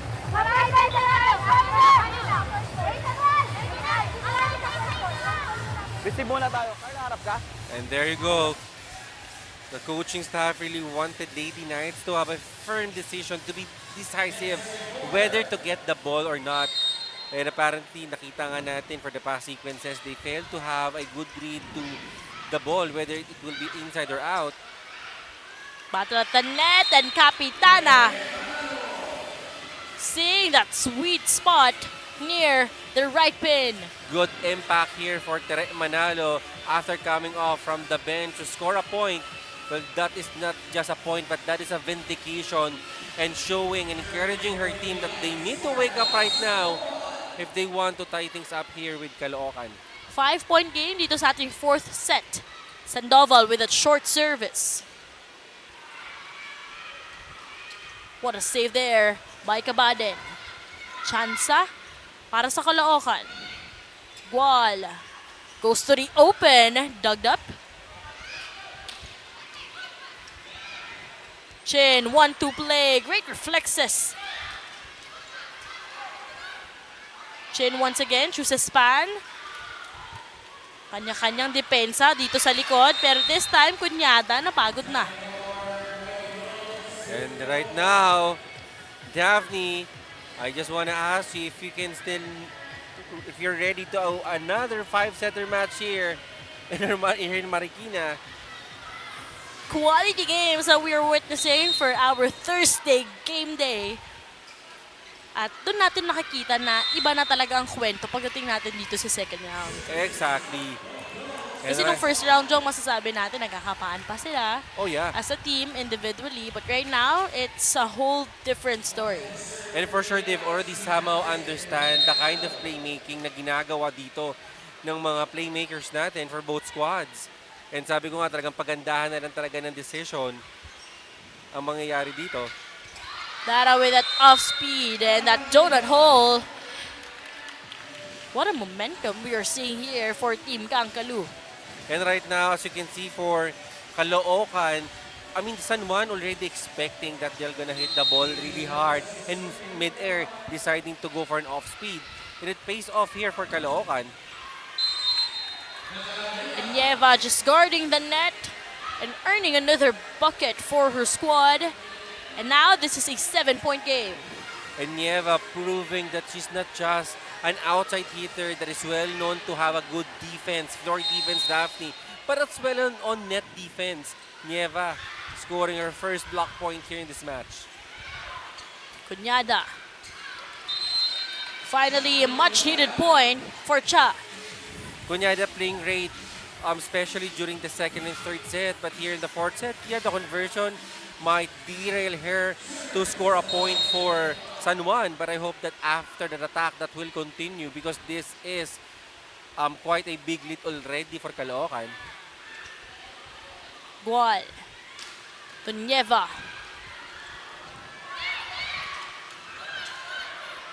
Urdas will be setting it up. Chooses Nieva. Unwanted set on that last sequence. Chin with a dish. Wouldn't go. Chin, slowly, surely, setting it up to Nieva. And Nieva should credit half the point to Pantino, to May, to the Flame. Amazing dick and coverage na ginagawa dito ni May just to make sure na makapag-set up pa rin ng bola itong sigual sa teammates niya. And apparently, really very good in defense, not only in offense for May. 7-point game here in our fourth set. Yan chooses Yana. That why and why. Yeah, on my unofficial statistics, already at 16 points.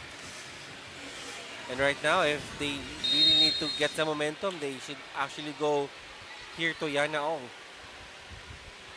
That why and why connection doesn't keep us wondering. Yana and Yan. Great sacrifice there for Urdas.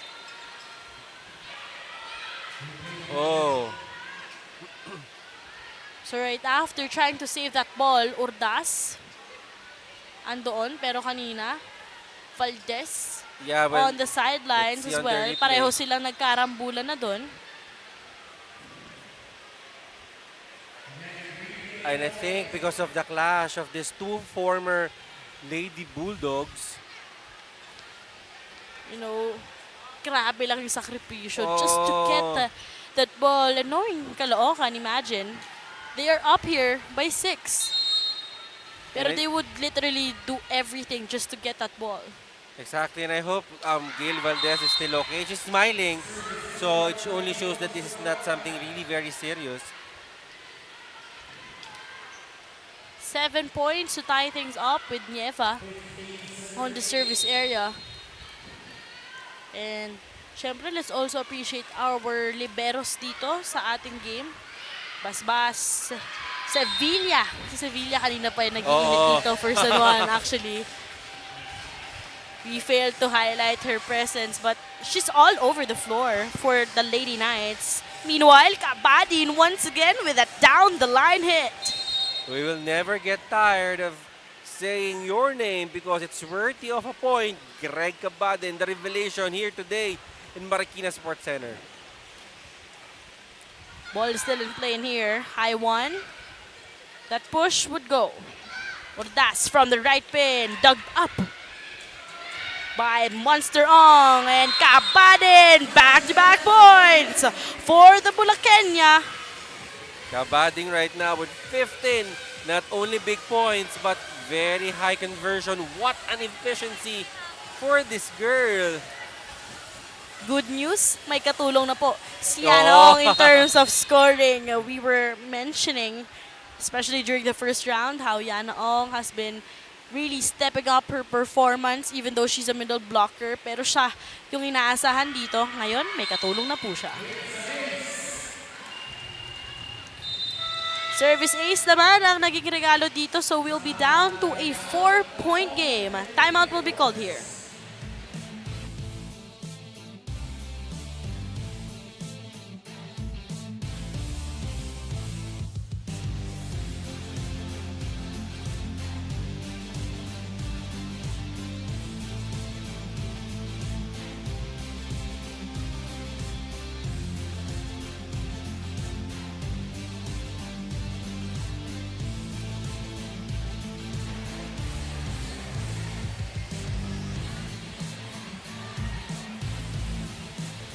There you go.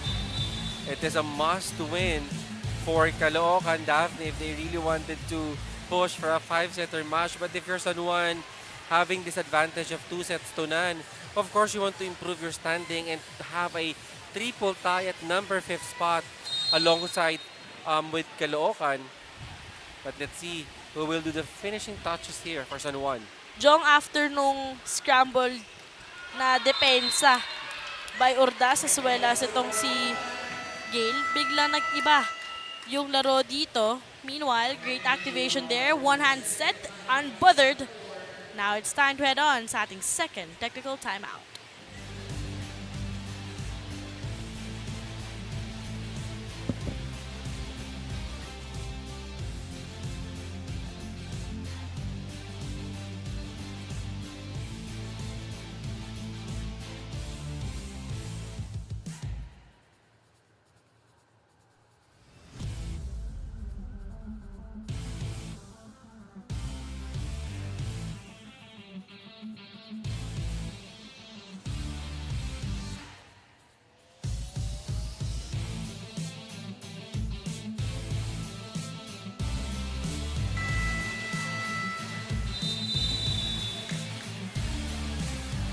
here. Coming up next, Marikina Lady Shoe Masters with the home court advantage going up against Team Rizal. Tingnan natin kung makakakuha ng unang panalo itong Marikina sa kanilang home court. Siyempre, mas ganado yes. ka. At iba ang pakiramdam kapag naglalaro ka sa sarili mong lugar. And that point will belong para dito sa Lady Knights. And Daphne, tama ka nga dyan. Medyo nag-iba nga yung play dito ng Caloocan after that collision of Aiko Ordaz and Gail Valdez.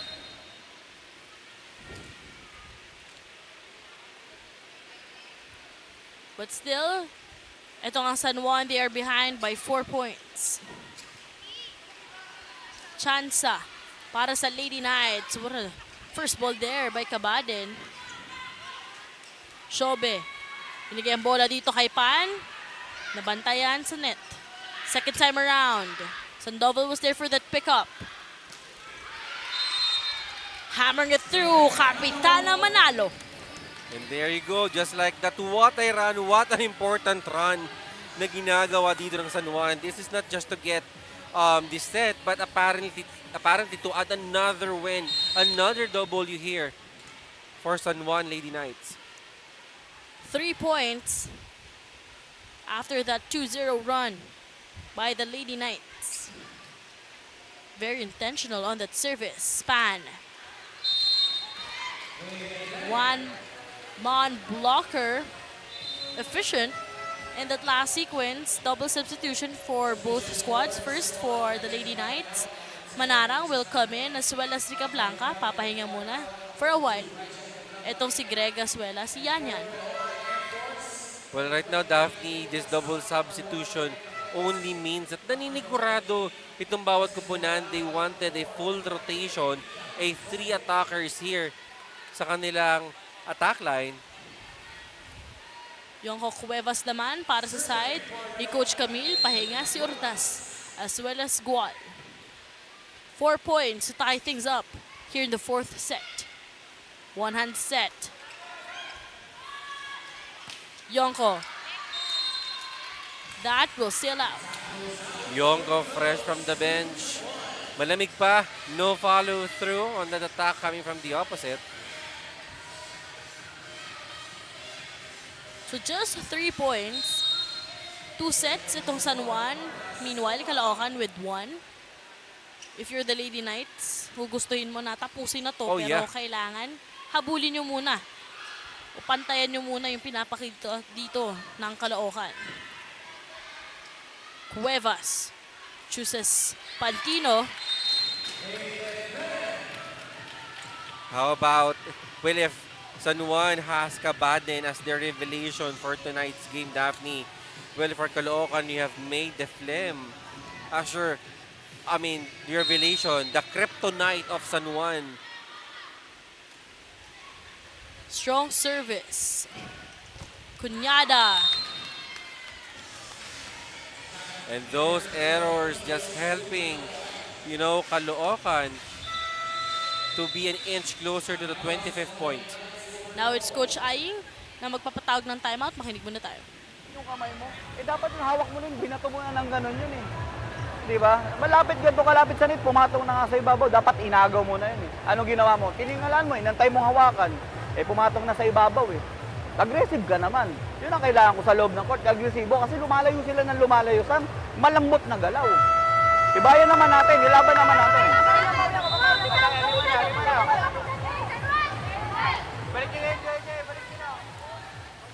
And there you go. Daphne, simple instruction here for the Lady Knights. Nagkukulang sa passing reason to just have a good set to set up your wing spikers. A simple reminder, a simple instruction. Let's see if they could translate that into action. Cunyada with that punch. That couldn't go. Dada from the left pin.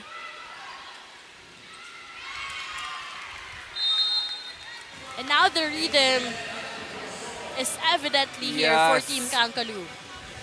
And of course, they are Air Force and they know how to face adversities. And now we're seeing that here in this match. 6-point game and make that 7.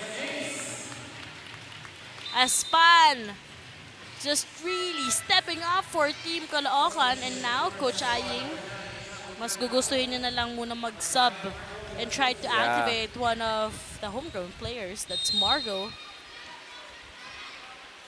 Pantino with 15 points here on this match.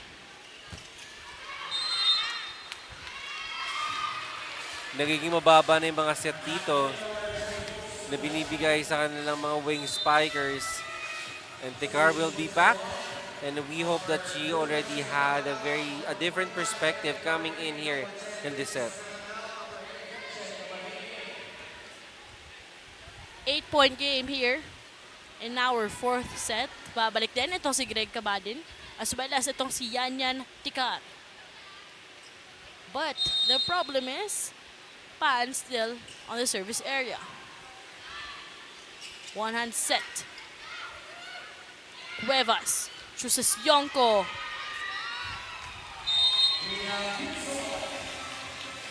And of course, responding right immediately, their captain, Yari Yonko.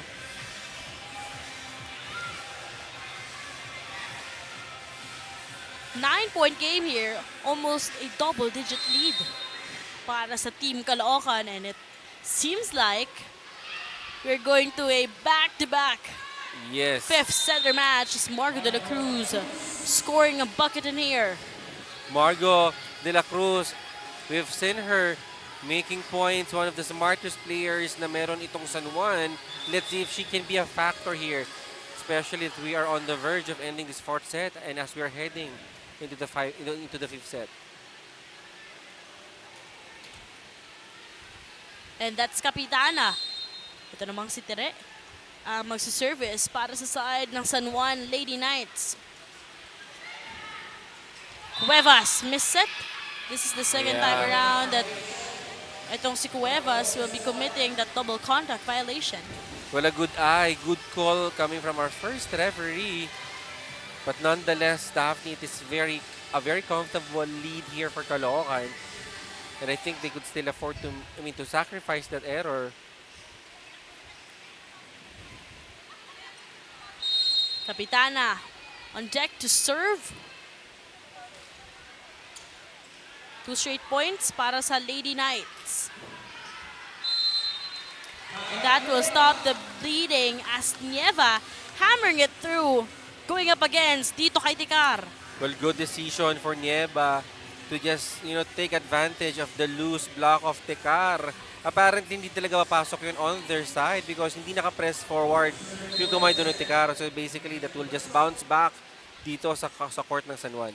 And now the Lady Knights are at set point, a chance to extend this match. Nieva. Tikar with that dish. Rebecca with an assist. That will seal out. A set point save here for San Juan. 7 set points.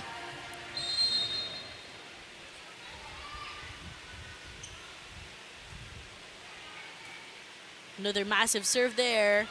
Reverses. And trying to connect. And it's Kapitana Iya who will be wrapping things up para dito sa team Kangkalu. Perfect first ball and that reverse set connecting to their captain. And we'll be heading on sa ating 5th and deciding set, 25-17.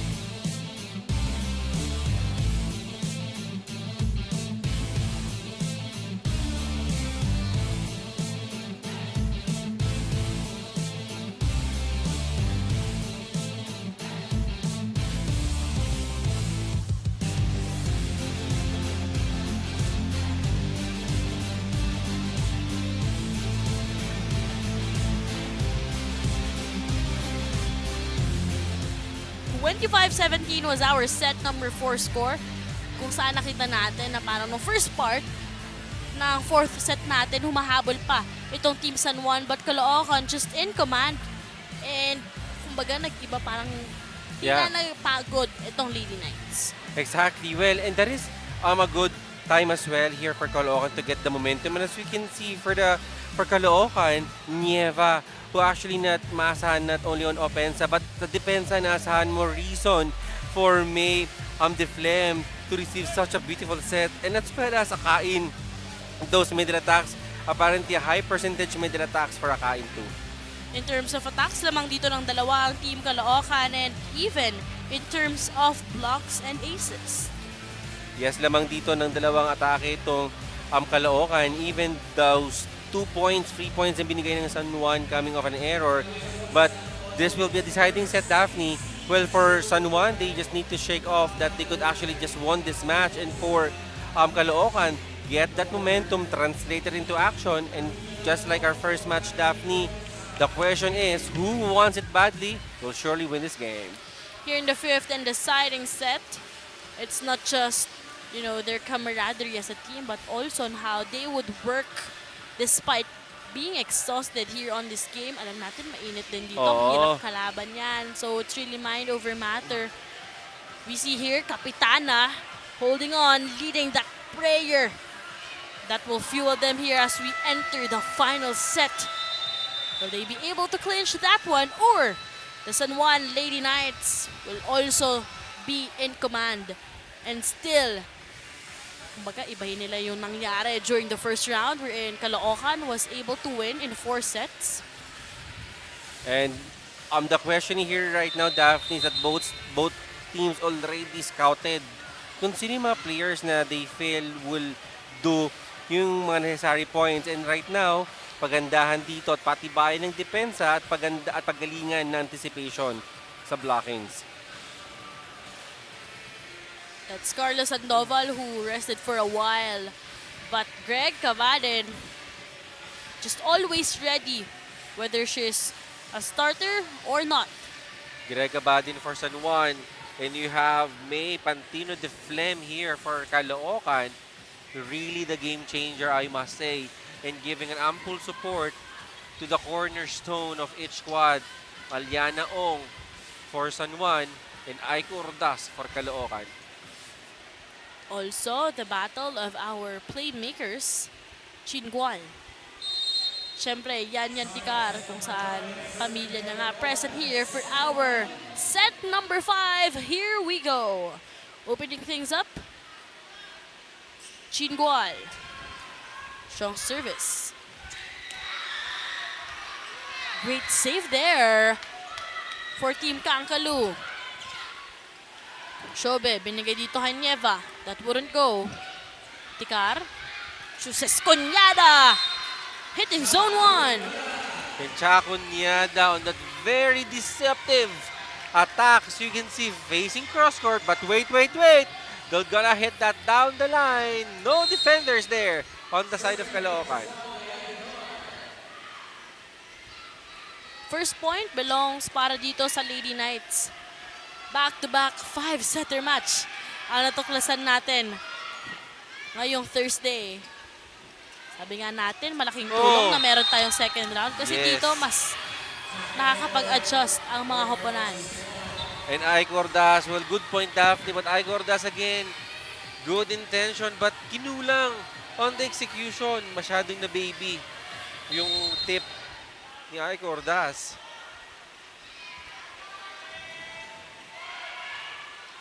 Firm serve. They go to Nieva. Off the blockers from that slam. And successfully breaking down the great wall of San Juan. Nieva also, what an incredible and nice game here tonight. And now it's Kapitana Yonko who's injected in here by Coach Camille. Tikar chooses Kabadin. She was blocked. Second time around with the help of the net. That push will keep the ball alive. Kabadin from the right pin. Greg Kabadin Daphne really played so well right now. I'm looking out of, superlatives to describe how great Greg Kabadin really played right now. All business para dito kay Greg Kabadin. 2 points ang kalamangan dito ng Lady Knights here in the 5th set. It's important for teams to start off strong because usually who's on top here in the 5th set most probably will secure that victory.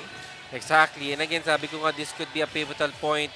Whoever win this match, Daphne, for Caloocan, this will be a great chance for them, a higher chance to enter the semifinals.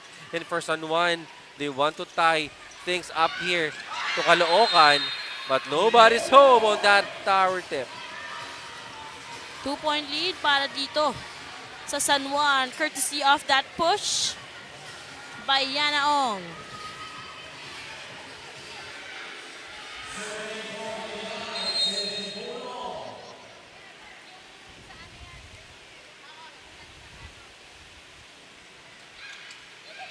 Gual chooses their captain. Much needed point there. Yes.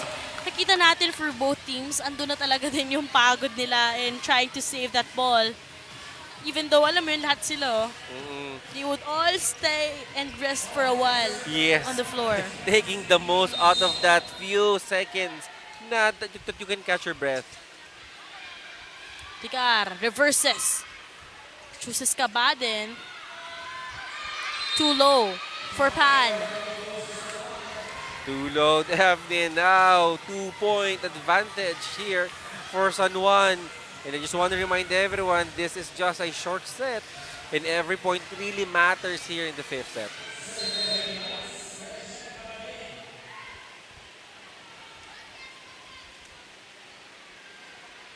Two points ang naging kalamangan dito ng Lady Knights. 4th set, unable to secure by San Juan. That's why we head on here dito sa ating 5th set.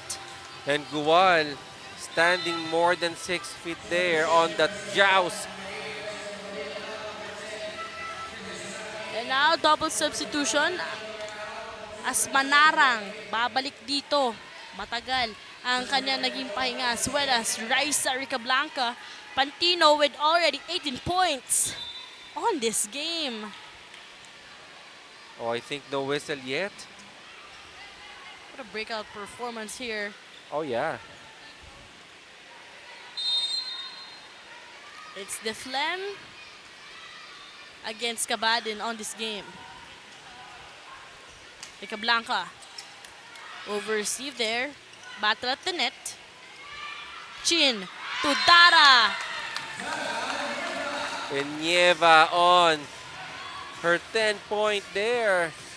Kita mo, Nieva, there's already a blocker in front of her, but she's really a quick thinker, just recognizing na there's a block and I'm gonna use that on my advantage and score a check ball. Sabi nga natin, inaantay din talaga natin yung breakout game nitong si Dara. Oh, yes. Nieva. Chin goes back to Dara once again.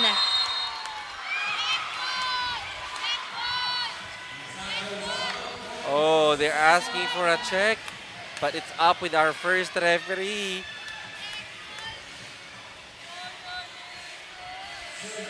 So that check ball wouldn't be credited by our first referee, a very crucial one. So the point will remain for the Lady Knights. Ball once again goes to Nieva. Nasobrahan ang gigil doon. Oh. This is not a good sign, Daphne. Dalawa na kalamangan dito ng San Juan. And right after that crucial call, you would want to breathe for a while, alalahanin na kayo dapat ang magdikta ng larong ito and not let your emotions to control this game. Chin. Back sets. Great reflexes for the Lady Knights. Chin. Dara, pinabawi dito. Shobe nandoon.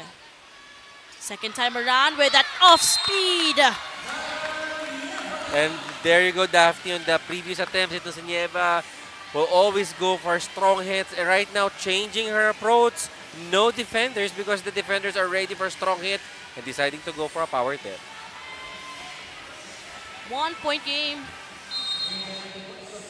to tie things up. No one is just really giving an inch in here.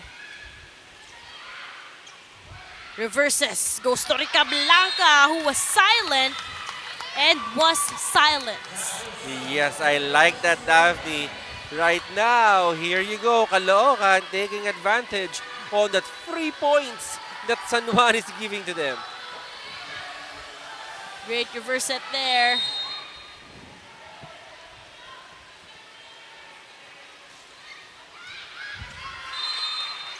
Puntos para sa Lady Knights.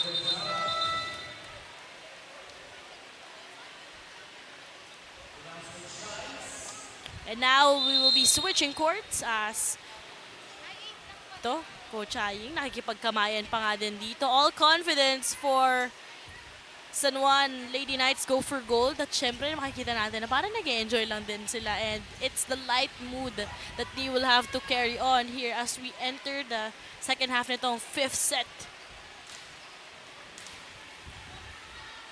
But the challenge here is on how you would remain still professional and composed despite the exhaustion that they are feeling. Exactly, Daphne. And again, sabi ko, more than a test of physical, it is a test of mental and of course, a test of somebody who wants to get another win. So when everything seems pretty equal, Daphne, we can really never question the skill and the passion of these players. But the question is, who wants it badly? And right now, we're going to see that as we're heading on the tail end of our 5th set.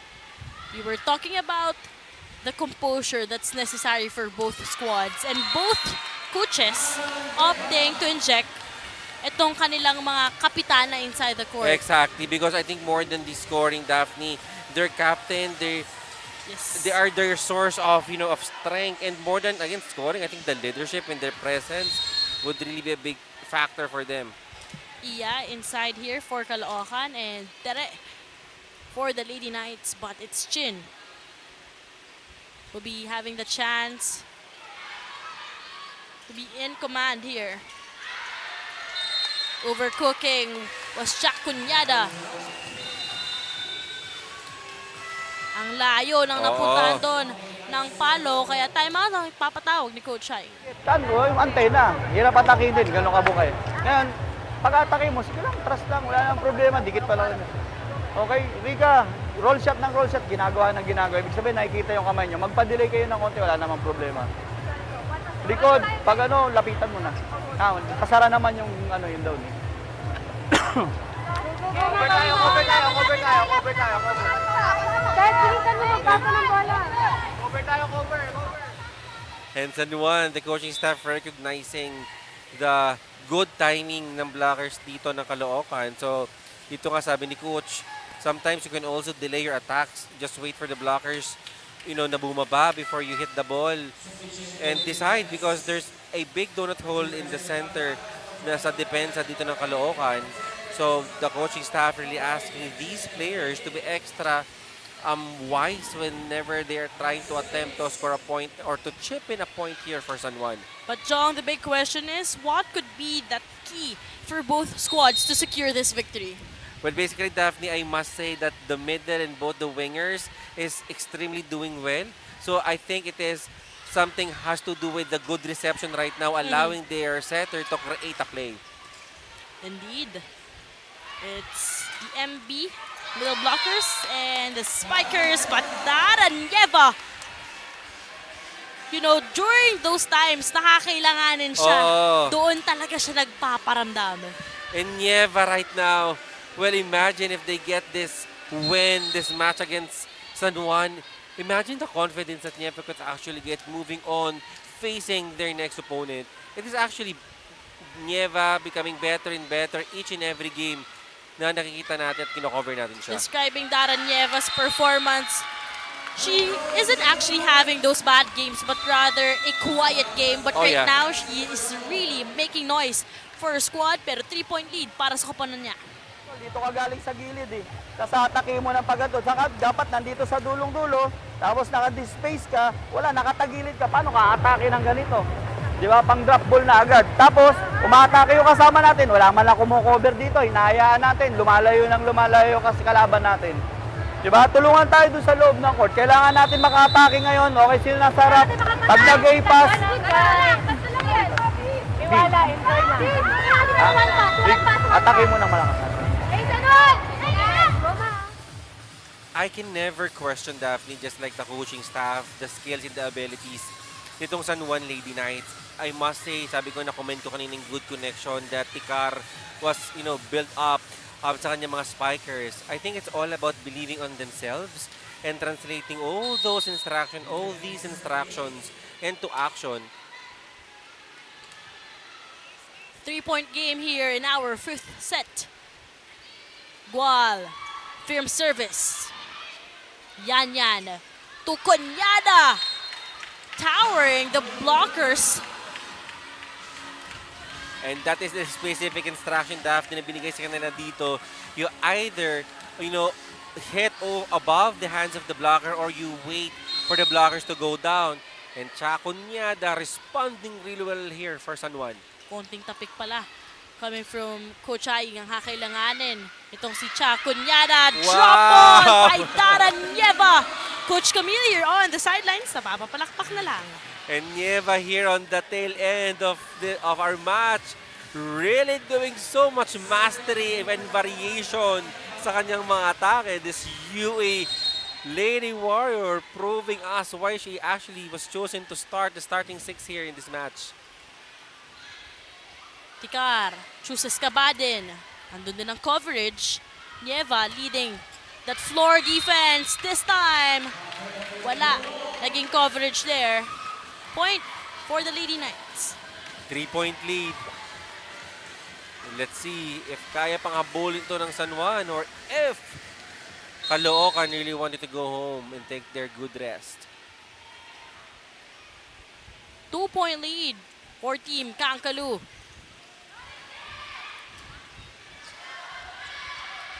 Chance to counter. Kabadin, siya naman ang magda-drop ball pero regalo ang binigay ni Nieva. Tikar, balik kay Kabadin. Wow! Muli, cross-court kill! These girls after this match, Daphne, they should not be measured by the points that they did, but I think they should be measured by the heart that they actually gave here in this match. And Kabadin really playing with so much heart in this match.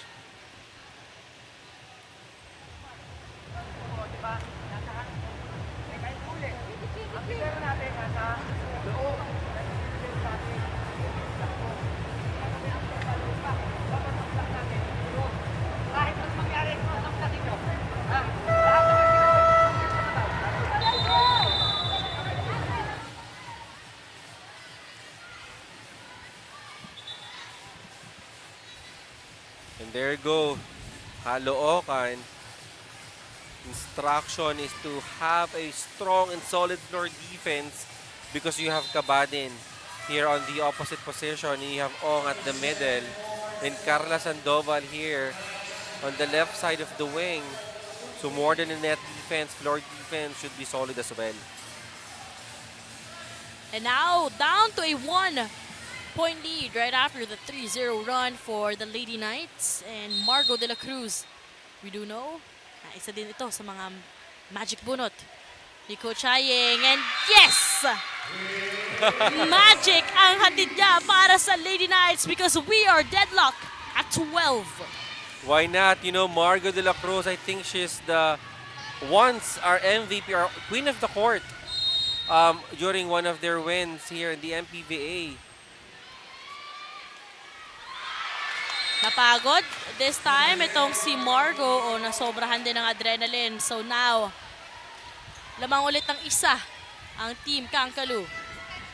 And you feel the pressure and the adrenaline, Daphne. Tama ka dyan here in the Marikina Sport Complex.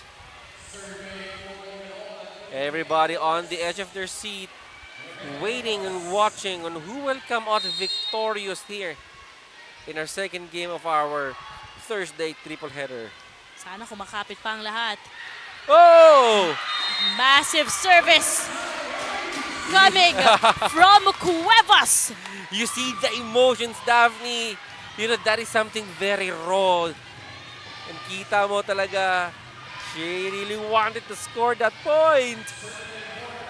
Isa na lang ang kakailanganin ng Caloocan niya. Caloocan now at match point. Tikar reverses to Kabadin. Not yet over. And Kabadin says, not yet. The perfect first ball. Perfect reverse set.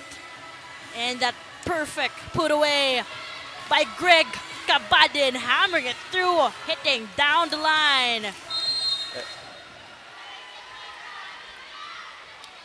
No room for errors para dito sa Caloocan. Chin chooses span. Oh! Targeting zone 1. Life was cruel para dito kay Pan during her young age. But that didn't stop her in achieving her dreams to become a professional volleyball player. Great setup there by Gual. At tatapusin ito ni Pan, leading itong team Caloocan to a triumph. 5 long set match kontra dito sa San Juan Lady Knights. Congratulations for both of these squads. And Daphne, what a game, what a match.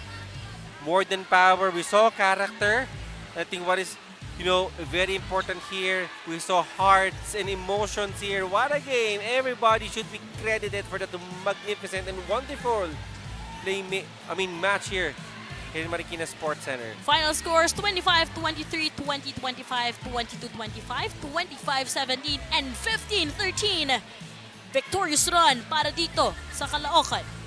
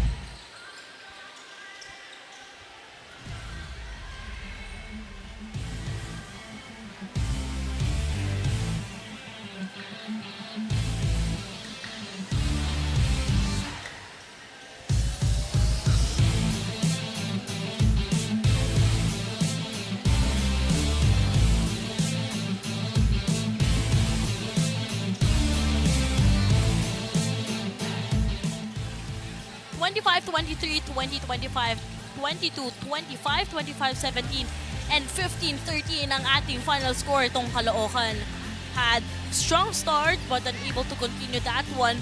But what matters the most is how they performed during our fifth set. And para sa ating queen of the court, sino bang napili mo, Jong? Well, I must say that she is the big thing. She is the revelation here in this match. 19 big points here for this girl. You know, she didn't crack the starting six on their previous matches, but right now, what a revelation for May Pantino, the Flem, scoring 19 big points. And I think with this kind of performance, I will not be surprised, Daphne, if she will starting the next games. Those difficulties and hardships she experienced during the young age just definitely gave her the energy to step up on this game. Fiona, take it away. Yes, so kasama po natin ang ating queen of the court na si Pan Pantino de Flem. Pan, grabe, kabadong-kabado kaming lahat kasi dumikit ang San Juan sa inyo kahit na medyo strong start kayo. So, sa inyo ba, ano yung nagbago at paano kayo nakabawi para maipanalo tong laban na to? Bali, from the start pa lang, I mean, bago kami magsimula sa game na to, talagang nag-warm up kami ng maayos. Then at the same time, sabi namin, kailangan maganda yung pasa namin para magkaroon kami ng atake. Kasi yun yung nagiging kulang namin eh.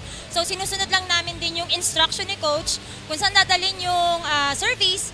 Sunod lang kami sa sistema ng mga coaches para maganda rin yung flow nung nilalaro namin sa loob. Yun pa.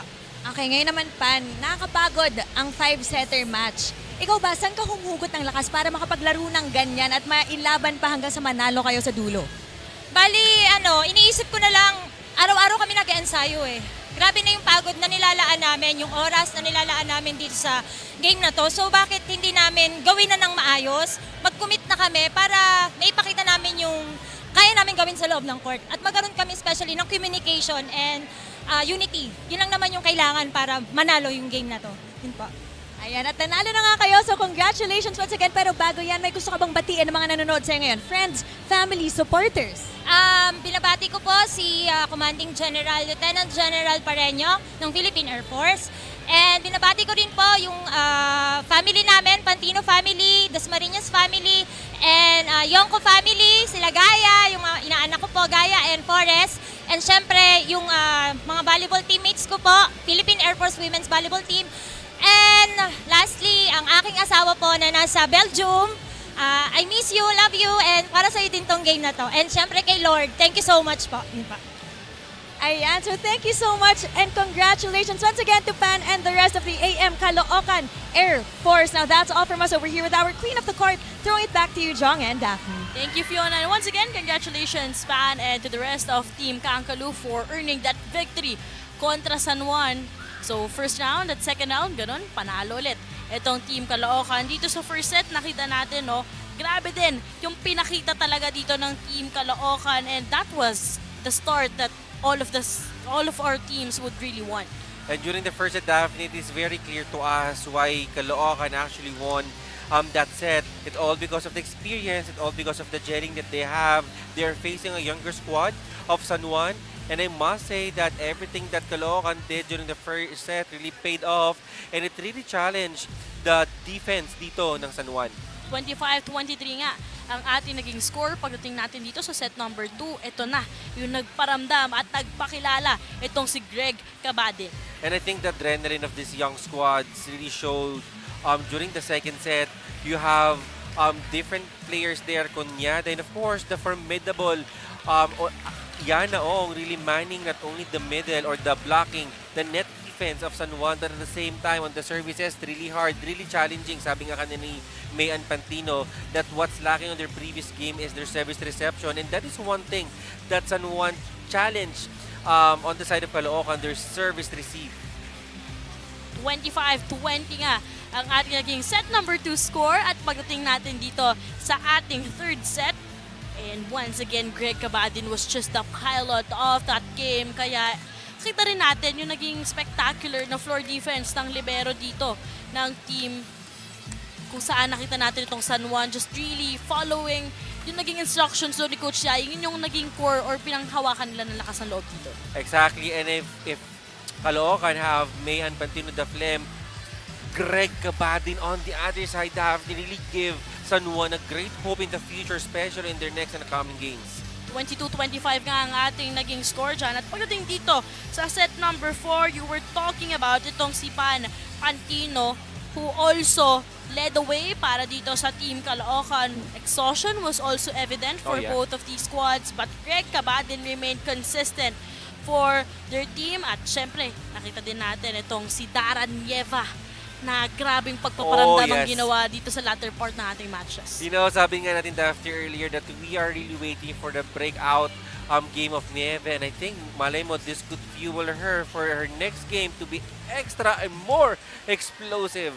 25-17 was our set number 4 score, and when we entered our 5th and deciding match, or set rather, we saw na grabing kumpiyansang meron dito ang Team Caloocan. And sabi ko nga, there's really nothing to against with San Juan. They are a great team. Obviously, they are great players, but I think you can really never also question the skills and the abilities of all of the players who've played earlier. But I think it is someone or somebody which team really want it badly, and it appears that Caloocan, the Air Force, really wants it badly. And as you can see, it is 15-13 kontra San Juan. And yung drop ball talaga ni Daran Nieva ang gumana para sa panalong to. 25-23, 20-25, 22-25, 25-17, and 15-13 ang ating naging final score. Panalo para sa aksyon at malasakit Caloocan Air Force in terms of attacks. Lamang po dito by 7 ang Caloocan.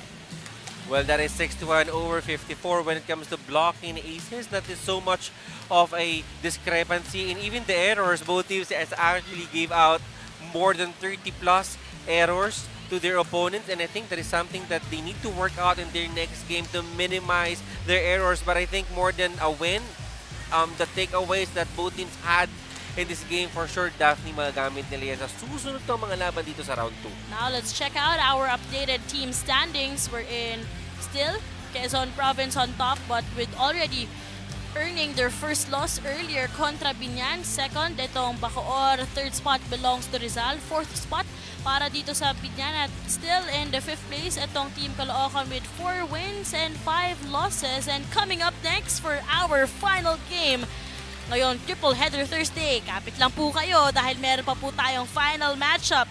Rizal St. Gerard Charity Foundation Incorporated will go up against, eto nga home court, Marikina Lady Shoe Masters.